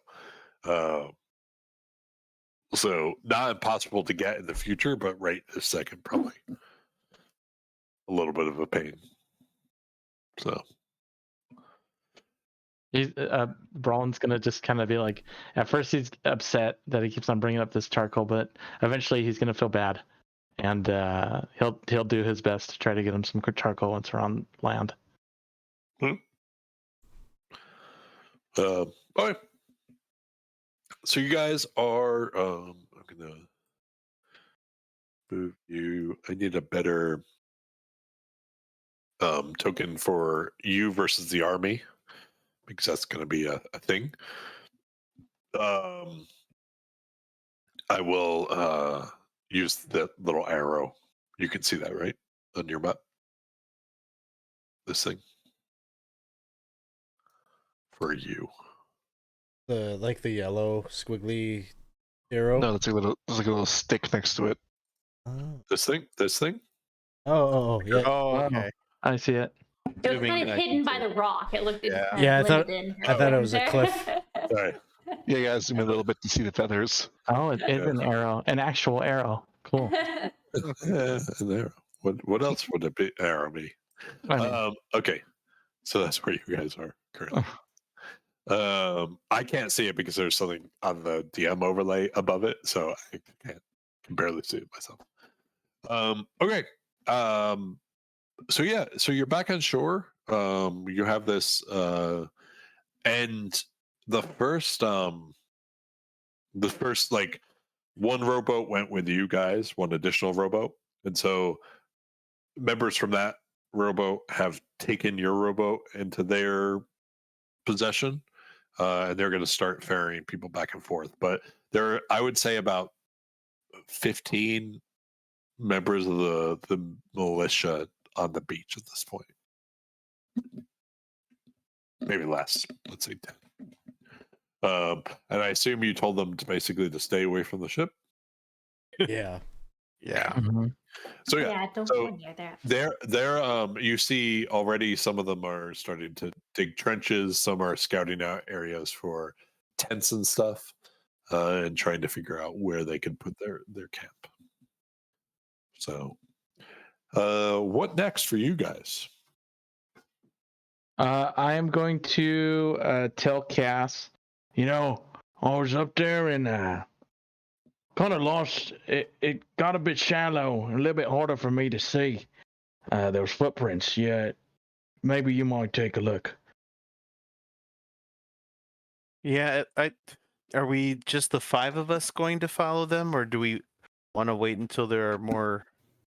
I can Groups? recruit a couple of these guys. There's 15 of them. Grab a couple of them, maybe. Yeah, I guess depends on how stealthy we want to try to be. They're elves. I think they also have a reputation for being able to move pretty stealthily, so maybe it's better just to be more open-handed about our presence here. They'll certainly notice us when they return to the beach. Yeah, maybe we take 2 or 3 other militia soldiers with us and head in and try to follow the tracks as far as we can. Okay. Sounds good. So you start to head inland, and I would say sort of past that marker that you'd gone to before, the 1/4 mark, 1/4 of a mile mark. Sorry. You you start to walk inland a bit. It is harder to follow the tracks just because the soil is turning less from sand into more rocky terrain. But I would say maybe 10 minutes into this search, and I'm not gonna make you roll. Um, you see approaching you a, a man in a long blue flowing cloak coming towards you from the direction that the tracks seem to be leading. And he looks like this. And he's looking at you warily, but not aggressively. Not like it's not like he has a sword drawn or anything. That was quick. When he gets close enough within range, I might try to talk to him. Okay. It's not like awkwardly screaming across the distance if he comes, And he's maybe like 200 feet away from you, and you see him raise his hand in a hail, a little bit hesitant about who you are, but says, what brings you here? In common. Oh, in common. Okay, so I'll start talking in common. Oh, we are just passing through. Looking at Cass, like, is this what you want me to say? I think Cass, if people are waiting, would say, we were looking for a place to land, and we came across a ship on the beach. Is that yours? Yes, the ship there in the harbor is mine. Um,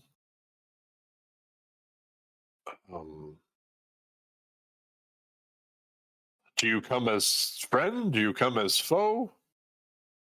We I guess that's an excellent question. What do you consider as friend or foe? I suppose it would be the purpose for which you come to hear the northern wastelands. It's not a normal destination.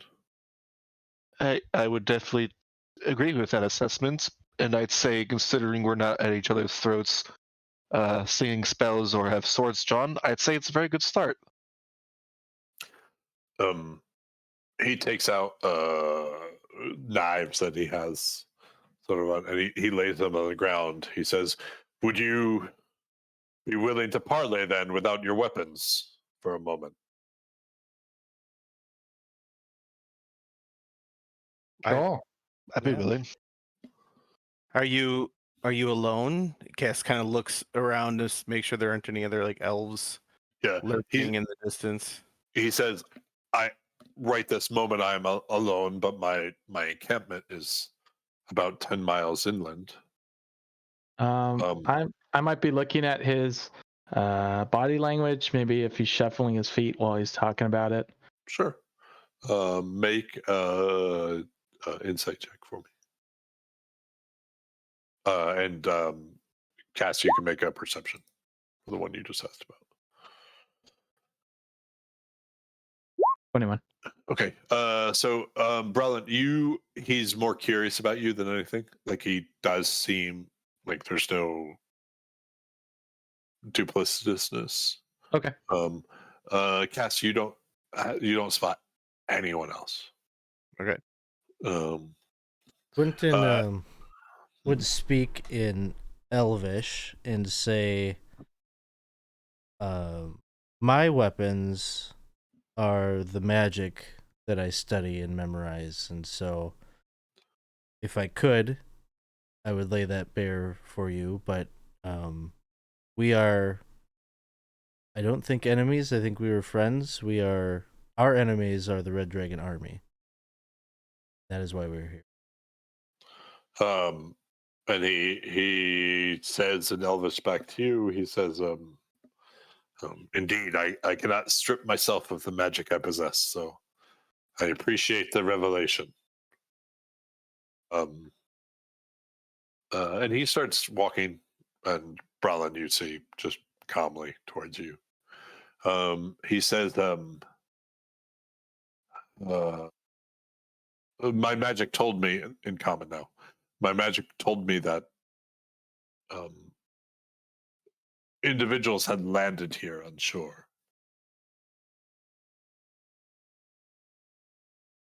And so I came to see, when I saw that you were unloading further people, it did not seem like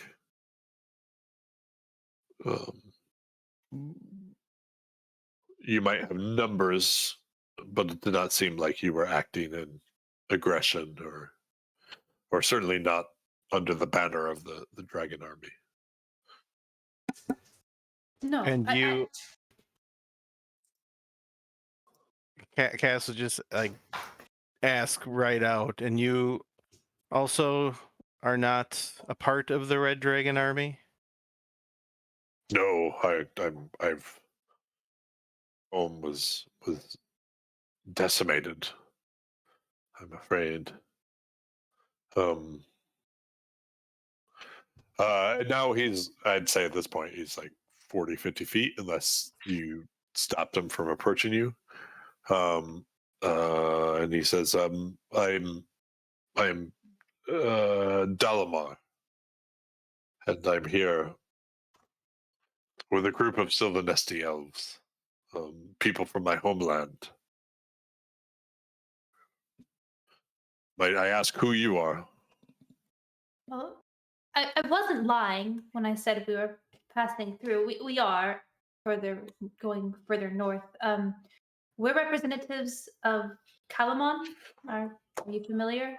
I know of the city. I haven't been there in quite some time. Well, war has come, to Vogler and across the river, and so we're acting with the Calamon militia to try to keep it from taking our city as well, I suppose. I see.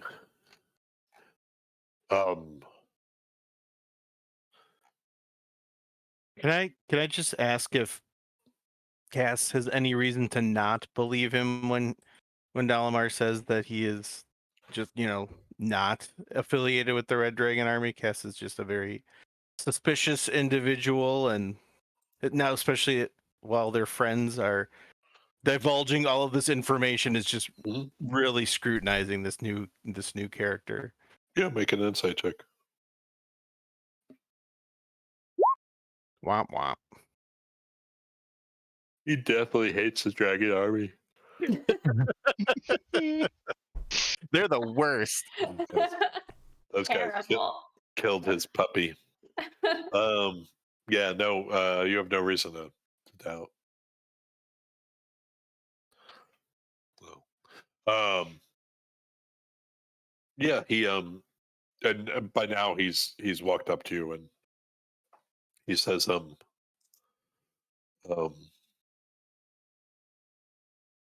we are here, scouring the coast,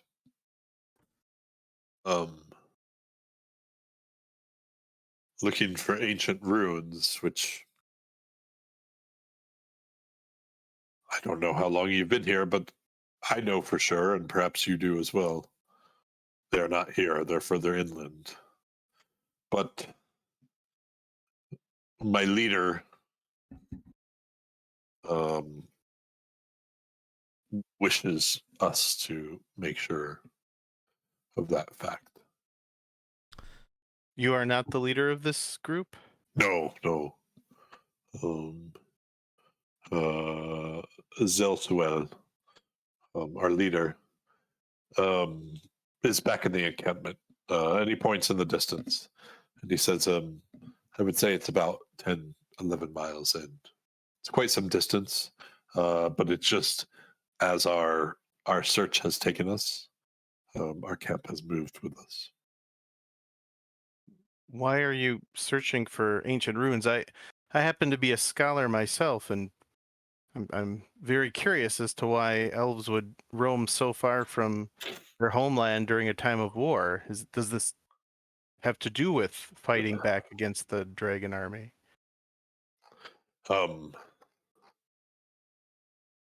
Well, I'm not sure we have a homeland anymore. But yes, it does.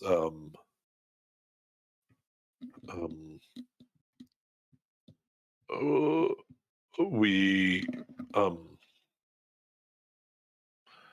I'm here a little to be punished for decisions I made up to now, but also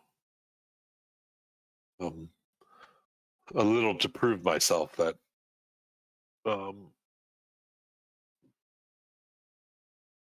that I can be trusted again, and that the small-minded individuals around me have gotten us into this situation, that perhaps I have some value to them still. What, you seem to be implying a betrayal. Why would your own kind not trust you? I'm not sure.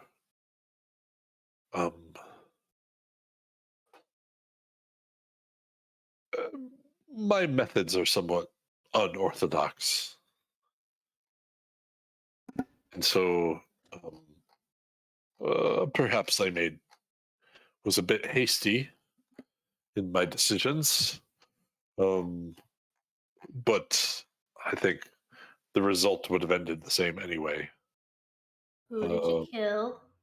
I did.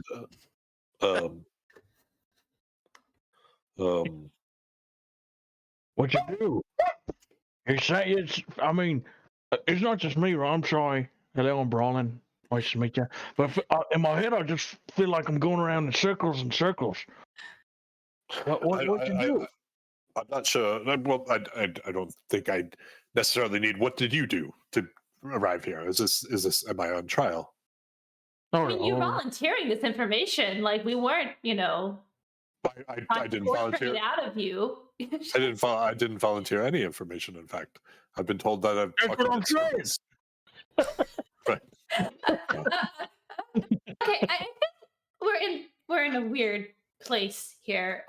So bottom line, you are here for reasons undisclosed. I'm here to find something to fight against the dragon armies. That's what I was going to say. To find something to fight against the dragon army. Why it's you particularly, and not some other elf is immaterial, I suppose. So I think we have no quarrel. And I mean, you will probably perhaps see us passing by, but we have no reason to interfere. Is there something that might? Is it? It's important, obviously. to I stay? don't know. I don't know exactly what we're looking for. I would be This is my friend Quinton. Hi. He might be asking you for a bit of gold. No. Oh, no? Okay. Well, maybe later. But do you know what you're looking for? You're looking for a weapon to fight the Red Dragon army, but is it a specific thing that you were looking for, or a specific city? Where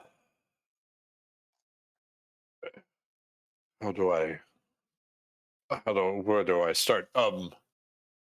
No, it's not a specific thing. It's anything really. Um,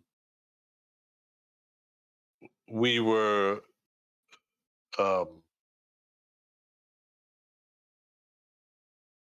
amongst the group of us who attempted to defend Sylvanesti against the dragon armies.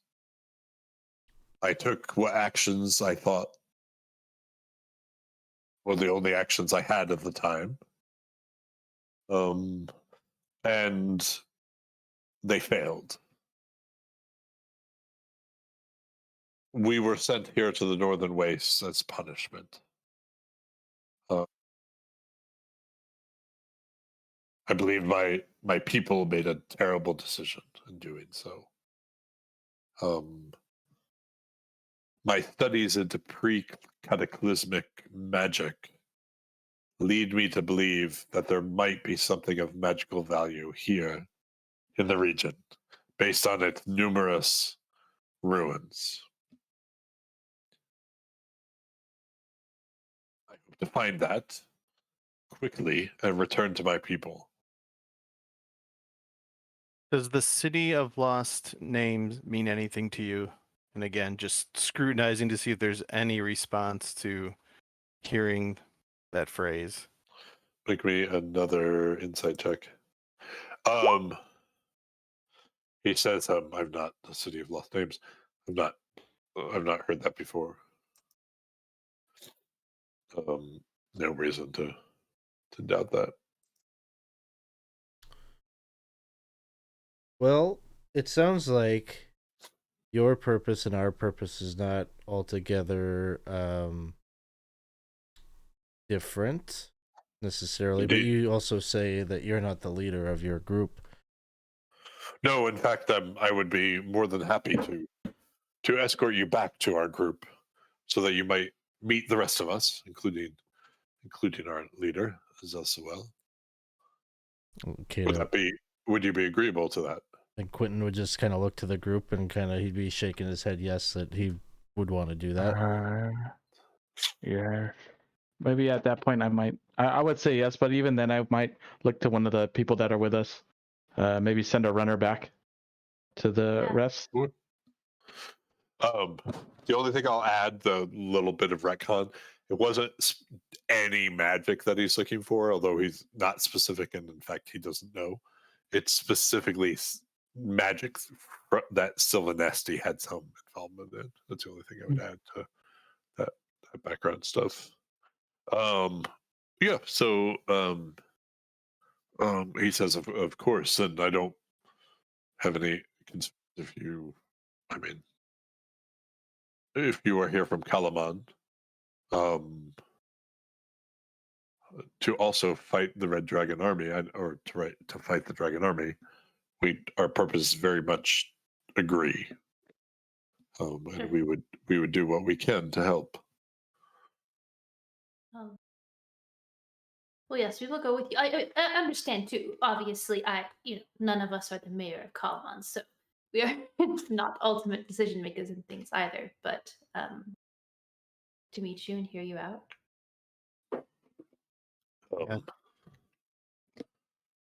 Boy. So 12 miles is going to be most of the day. So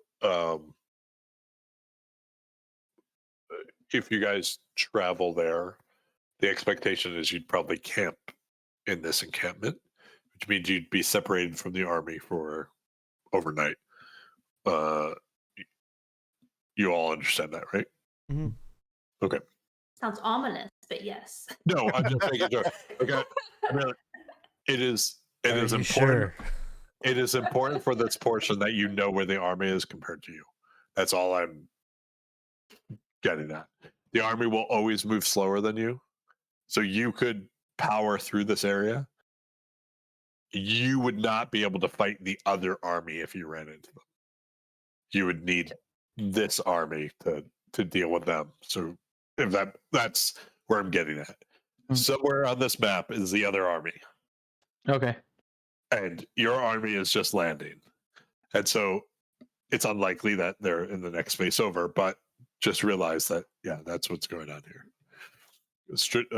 Tactically, you as a group don't want to suddenly run into the army without your army there to deal with them. Would we be able to maybe set up along the way, like maybe ask the runner if we knew all this, this information, maybe to set up some type of like checkpoints along the route, just so that it'd be quicker to get information back and forth if something, since we're kind of the spearhead, or no? Well, you have the far cabs. Oh, that's right. How far? I forgot. Like 27 miles or something. Yeah. Okay. Yeah. So we have our We have phone the- apps. Yeah. So the answer is yes. Probably not the best way to do that, but yes, if there was another reason you want to do that. Okay. But you have the far cabs. Yeah, Fargabs would work. I forgot about that. Yep. So, okay.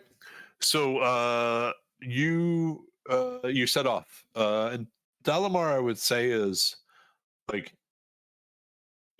the outline of what I just told you is the most you really can get out of him. He's not super talkative. He's not going into detail about that. What is clearly a pain point that he took whatever choice he could, and it wasn't viewed very positively. Like that's missing from whatever he's willing to talk about. But it's also at the same time clear that regret's probably not the right word, but like he recognizes that it didn't work. And that because of him. And so, but I think if he was willing to have that conversation, the other thing you would pick up on is he would still make that same choice because it was the only choice he had to defend his homeland. So,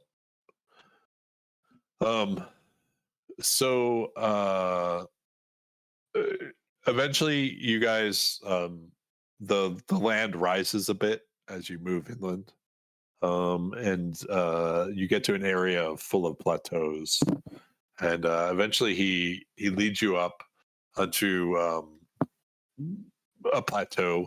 There's some small ruins on the plateau itself, and you can see there are about a dozen or so tents arranged in a spiral pattern. You see around you about 10 other elves, all very curious that he is leading you there. And he says,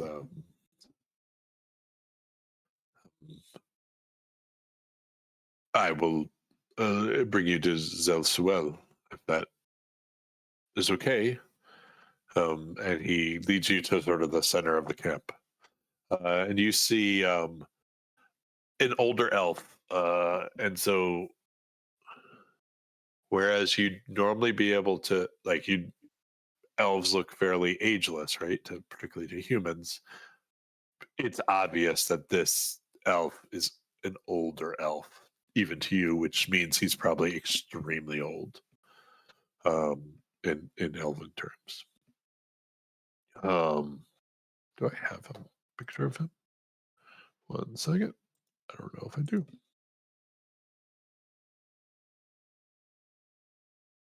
Nope, I don't. Can you spell the name for us? Yeah.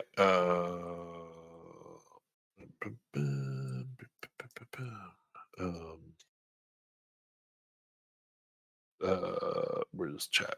Here it is. in roll 20 chat. I was way off.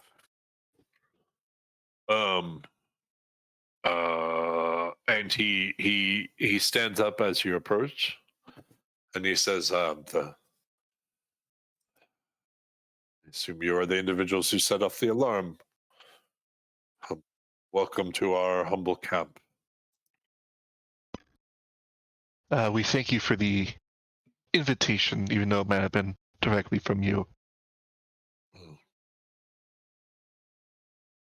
It's for unfortunate reasons that we meet here on this, whatever this mission is, but I will do what I'm ordered to do. Please sit, rest.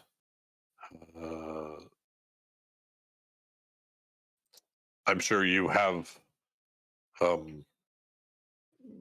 reasons to be here in the Northern Wastelands, and I would not have you, or I would not interrupt those. Would you be amenable to trading information? We have learned some things about the Northern Wastes, and we come seeking not only the Red Dragon Army, but other clues to things that may be helpful in our cause. You obviously are here for a very specific purpose. We have magic users among us. We, again, have learned some things. Maybe we can make both of our lives easier. I will be honest, the Red Dragon Army doesn't concern me. Worried, we're here to complete our mission, as ridiculous of a mission as it is, and we will return. If there's any information we have, we're happy to share it with you, but it's not particularly useful that we would need. Was there something specific information that you wanted? Have you ever heard of the City of Lost Names?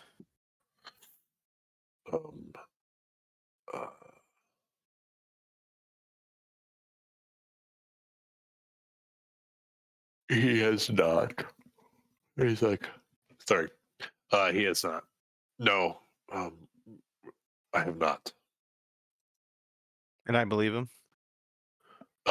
Make an insight check. Okay, Yeah, you're slowly getting up there. Yeah, no, he doesn't. Like, not only do you believe him, very much the intent of. I wouldn't go as far as saying that he thinks your questions are annoying him.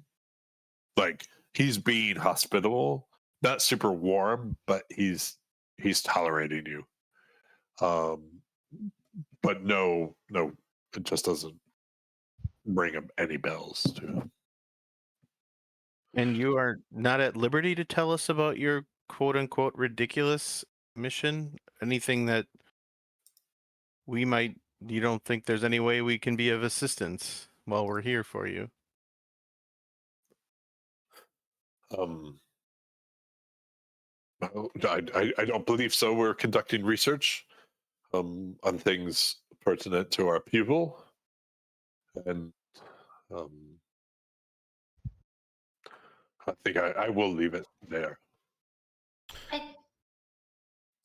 Question, and feel free. I'm sorry if this is in some way offensive. I just, sometimes don't know, customs and all of that. But would this have anything to do with anything relating to Islador or, I know anything. Well, I guess I should just come out and say that we have, in our own journey, come across some Sylvanesty situations. I'm sorry, I'm trying to not give too much of what we're doing away, but ask you directly. If maybe we are searching for similar things, perhaps.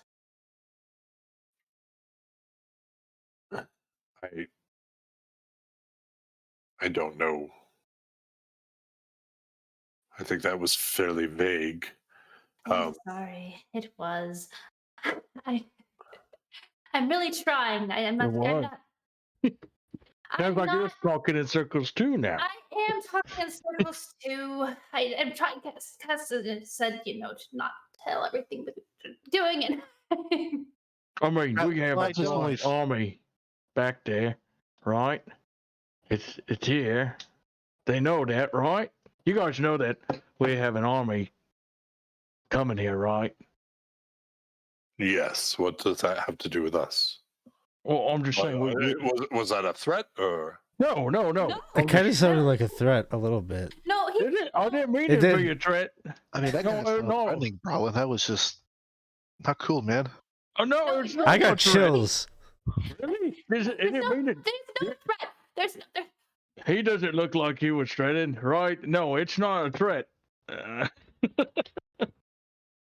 No, I I'm just think- saying we're gonna have people here. That's why I think we're asking. They're gonna know what we're doing. I'm saying, right? Right. Our We should just- military presence it's not a secret from our new friends here. They can clearly, through magical means, if nothing else, know that we are moving troops here, and they don't seem to have a problem with us. In our opposition to the Red Dragon Army. And Miranda, I'm not sure that there's any reason why, we couldn't share our recent experiences with some pre-cataclysmic, spirits and figures from that time. But I get the impression from Master Zelswell here that whether or not that has to do with why they're here, they're not interested in our help. I think our purposes are not aligned here, and I do not wish to hinder you on your mission. I do think that running after the Red Dragon Army is a very easy way for you to run straight towards your death. But I will not interfere in whatever you choose to do. Well, maybe that's all there is to be said. We know about each other now. We'll stay out of each other's way for now, as it is your wish. But if you come across something, you know what we're looking for. The City of Lost Names. If you come across anything that might be a clue, might be helpful to us, and you want to send it our way as a show of good faith, I'm sure that we will do the same if we find anything that, though we don't know what you are here for, we find something that Anything gives us silver an inkling. nesty. Yeah. Yes. We'll let you know. He nods and he says, "Very well. That sounds like an agreement."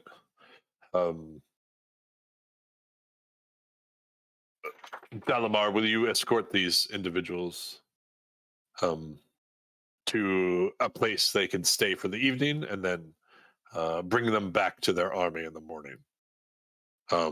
After which I expect that you return your focus to the research we have going on here.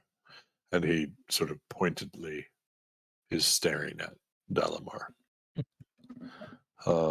Dalamar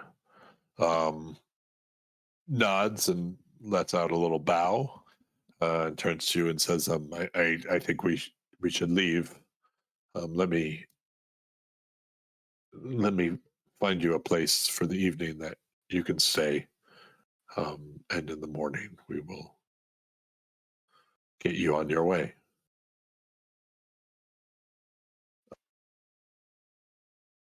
And as he leads you away, you can see Dalamar a little deflated. Like the tension in that interaction, it was clear that these two individuals have very different thoughts. And also from what he said to you, Like you're just getting two different stories about what's going on. In fact, yeah, he might. As soon as we're gone, I think maybe Brallin said, "Didn't you say that you were looking for something to go against the army?" I don't. I mean, and you're probably out of earshot. Like you Yeah, we're yeah. I would Yeah, make sure that we're. like Dalamar has gotten tense for you, but you're not staying in the camp, if that makes sense. Like they're not letting. They're being polite in housing you, but the housing is not inside the camp. So as you walk in towards the area that is where the elves can keep an eye on you, but you're not in the midst of things.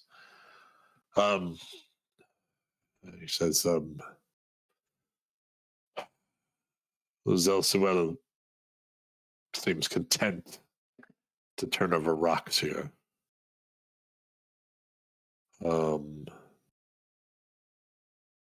We've seen the Dragon Army soldiers heading north. We don't know where they are headed, but it did not seem like they were wandering. It seemed like they knew the direction in which they were going. I agree that it turns to you, Quinton. I agree that we and your group probably have much more in common than Zelsuel would let on. But what I fear is that the Dragon Army has the same purpose for being here.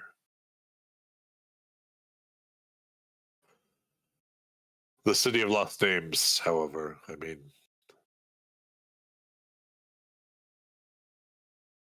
I know, and forgive me for not telling you earlier, but while I was evaluating who you were and what your intents were, Cassie sort of gives you maybe like an apologetic nod, like he acknowledges the fact that he lied to you.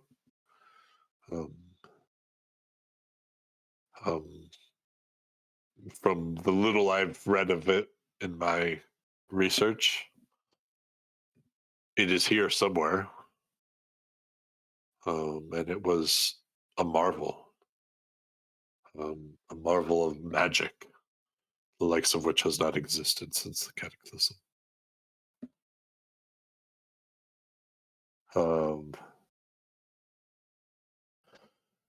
And you guys are setting up the tents and stuff as he's going. So this conversation is going over a little period of time. But he says, perhaps I could suggest an arrangement, something that would be beneficial to both of us, if you would allow me to be so bold. I believe it will also allow me to advance my research and stay on the good side of Zelsuel. There are a few places I have heard that have some connection to this City of Lost Names. And when I say connection, I'm speaking of a weak connection. Either they were there present at the same age that this city existed, or they are related in some way to the city. Perhaps if you traveled there and gave me your insights of these places and perhaps also whatever magic remains at those sites,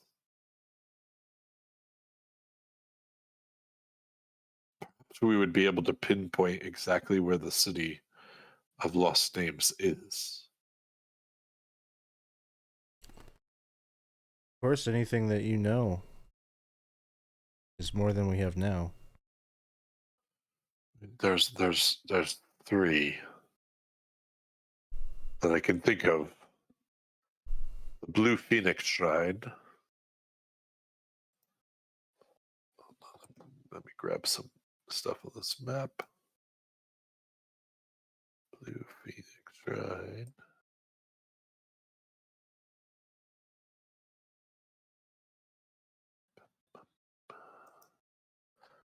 Why can't I tell letters?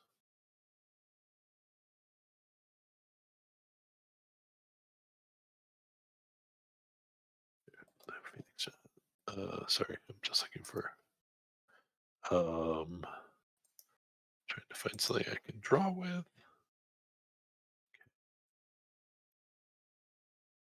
Where'd you go?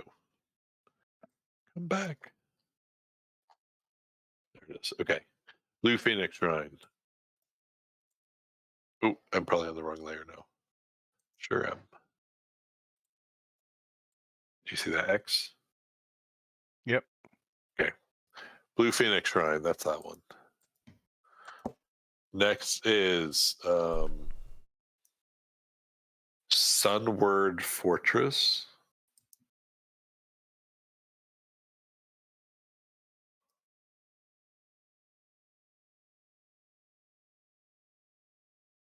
Here.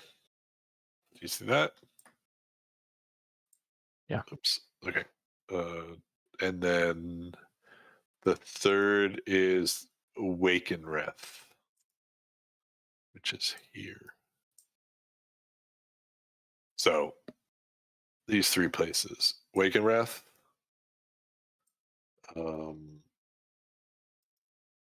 the Sunward Fortress, and then The Blue Phoenix Shrine. Blue Phoenix Shrine. So sorry, I need to move your token. Well, I would say you're about here at this point. He says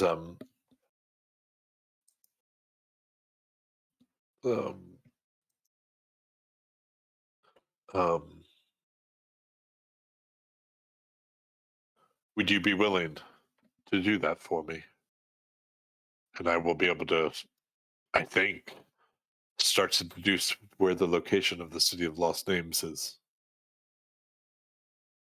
Our primary mission is to track the Red Dragon Army, so we can't ignore that duty, but it sounds like the Red Dragon Army might also be looking for the same thing. So were any of these sites, I mean, can you pinpoint where you had last seen the Red Dragon Army and where they were going? That way we might be able to kill two birds with one stone, so to speak. We only saw a scouting party. We didn't see the entire army. But they were, I'll say down here. 1 second. Do a different color just so we see this.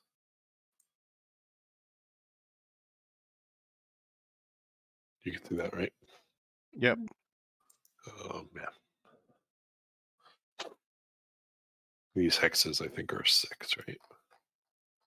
6 miles. 6 mile hexes.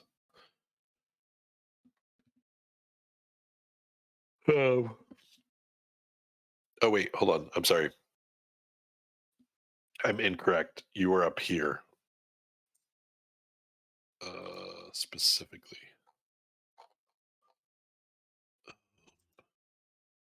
The place called Exiles End. Cherry. Yeah. Boop. Oh. Yeah. Let me do a quick preview of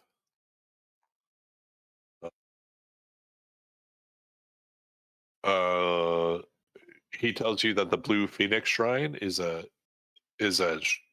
shrine to an ancient god of some kind. He tells you that the Sunward Fortress was a monument from before the time of the Cataclysm to another god, though he does not know who. He just knows it has. And then Wakenreth was a symbol of peace between the people of Istar and Sylvanesti at one point. And so those are the three places he's written out for you. And so, sort of the camp is set up for the night. Other specific questions you have? Excuse me. How will we be able to get information to you if once we leave this area? Let me ponder that over the evening, and we can talk about that in the morning. I'll try to figure out. So currently you have One. you have one half of one, basically. So One's with Gareth, I believe, or Dareth, and then you have Dareth has one, and I don't mind if we retcon that you have both halves of one. I don't know that we'd want to get rid of one, especially if there might be other magical means. We might be Right. we might be out of range pretty quickly with that anyway. So One question Yes. with the Blue Phoenix Shrine, is it in the canyon or is it up on that overlook? It is in the canyon. It's actually in the canyon. Okay. Yeah, although sorry, I should say that you wouldn't know that. Neither would he. Okay. But it is in the canyon. But you wouldn't necessarily know that. So that's just sort of general. What's up? Just a quick shout out to High Shelf Collective for coming in with the raid. Thank you guys. We appreciate you raiding us and sticking with us.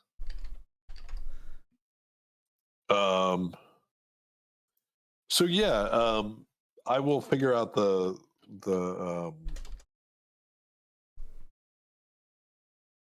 characters inside.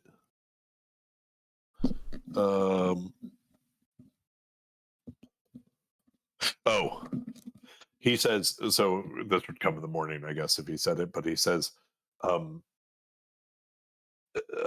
Wakenreth might be the best place for us to meet each other. It will be easy, I think, to convince Zelsuel to allow me to travel there, since it is a peace shrine between the Sylvanesti and Istar. So perhaps we meet there. You, of course, can take your time. I will have more than enough to do while I'm there.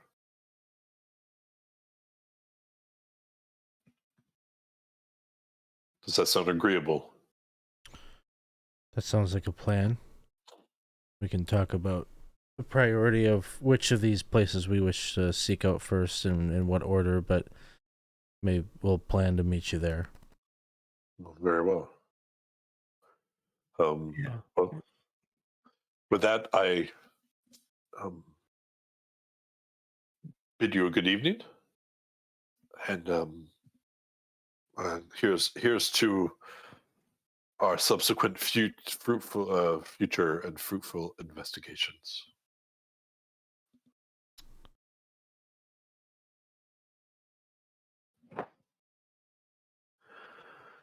And that's where I think we'll leave it tonight. So you have sort of three leads into this. You know the Red Dragon Army somewhere. You know that while you were doing on this trip, most of your army is probably getting off the ship or about to be finished getting off the ship. And so all the pieces are sort of to be in place here on the map. Is there anything else before we end for the night that you guys want to say, do? I'd start getting together. Oh, good. I was going to say just that we'd probably want to still have watches, have people not all sleeping at the same time out in this wilderness among these new allies. I will give you this evening for free safely. Oof. After this, I cannot promise anything. So, all right. So that's it for this evening. Thank you guys all for joining us. Sorry, raiding party, for joining us near the end of our session. We very much appreciate you guys, everyone who has stuck around and watched us. We're 20 sides to every story. If you haven't gotten a chance, please check out our Discord. It's super active most times of the day, and is a great place to get involved in our community and get started with our community. We will be back next week on Wednesday, same time and everything, to continue this and to see where the party sets off to. And so with that, if you are interested in more programming for 20 sides, you can check out Discord. We have a streaming schedule up there, but you can also look down below here and see what's going on in our. Oh, is it still there? Yeah, in the schedule below. So, okay. With that, thank you guys. We appreciate you, and we will see you next week. Bye-bye. Bye. Have a good night.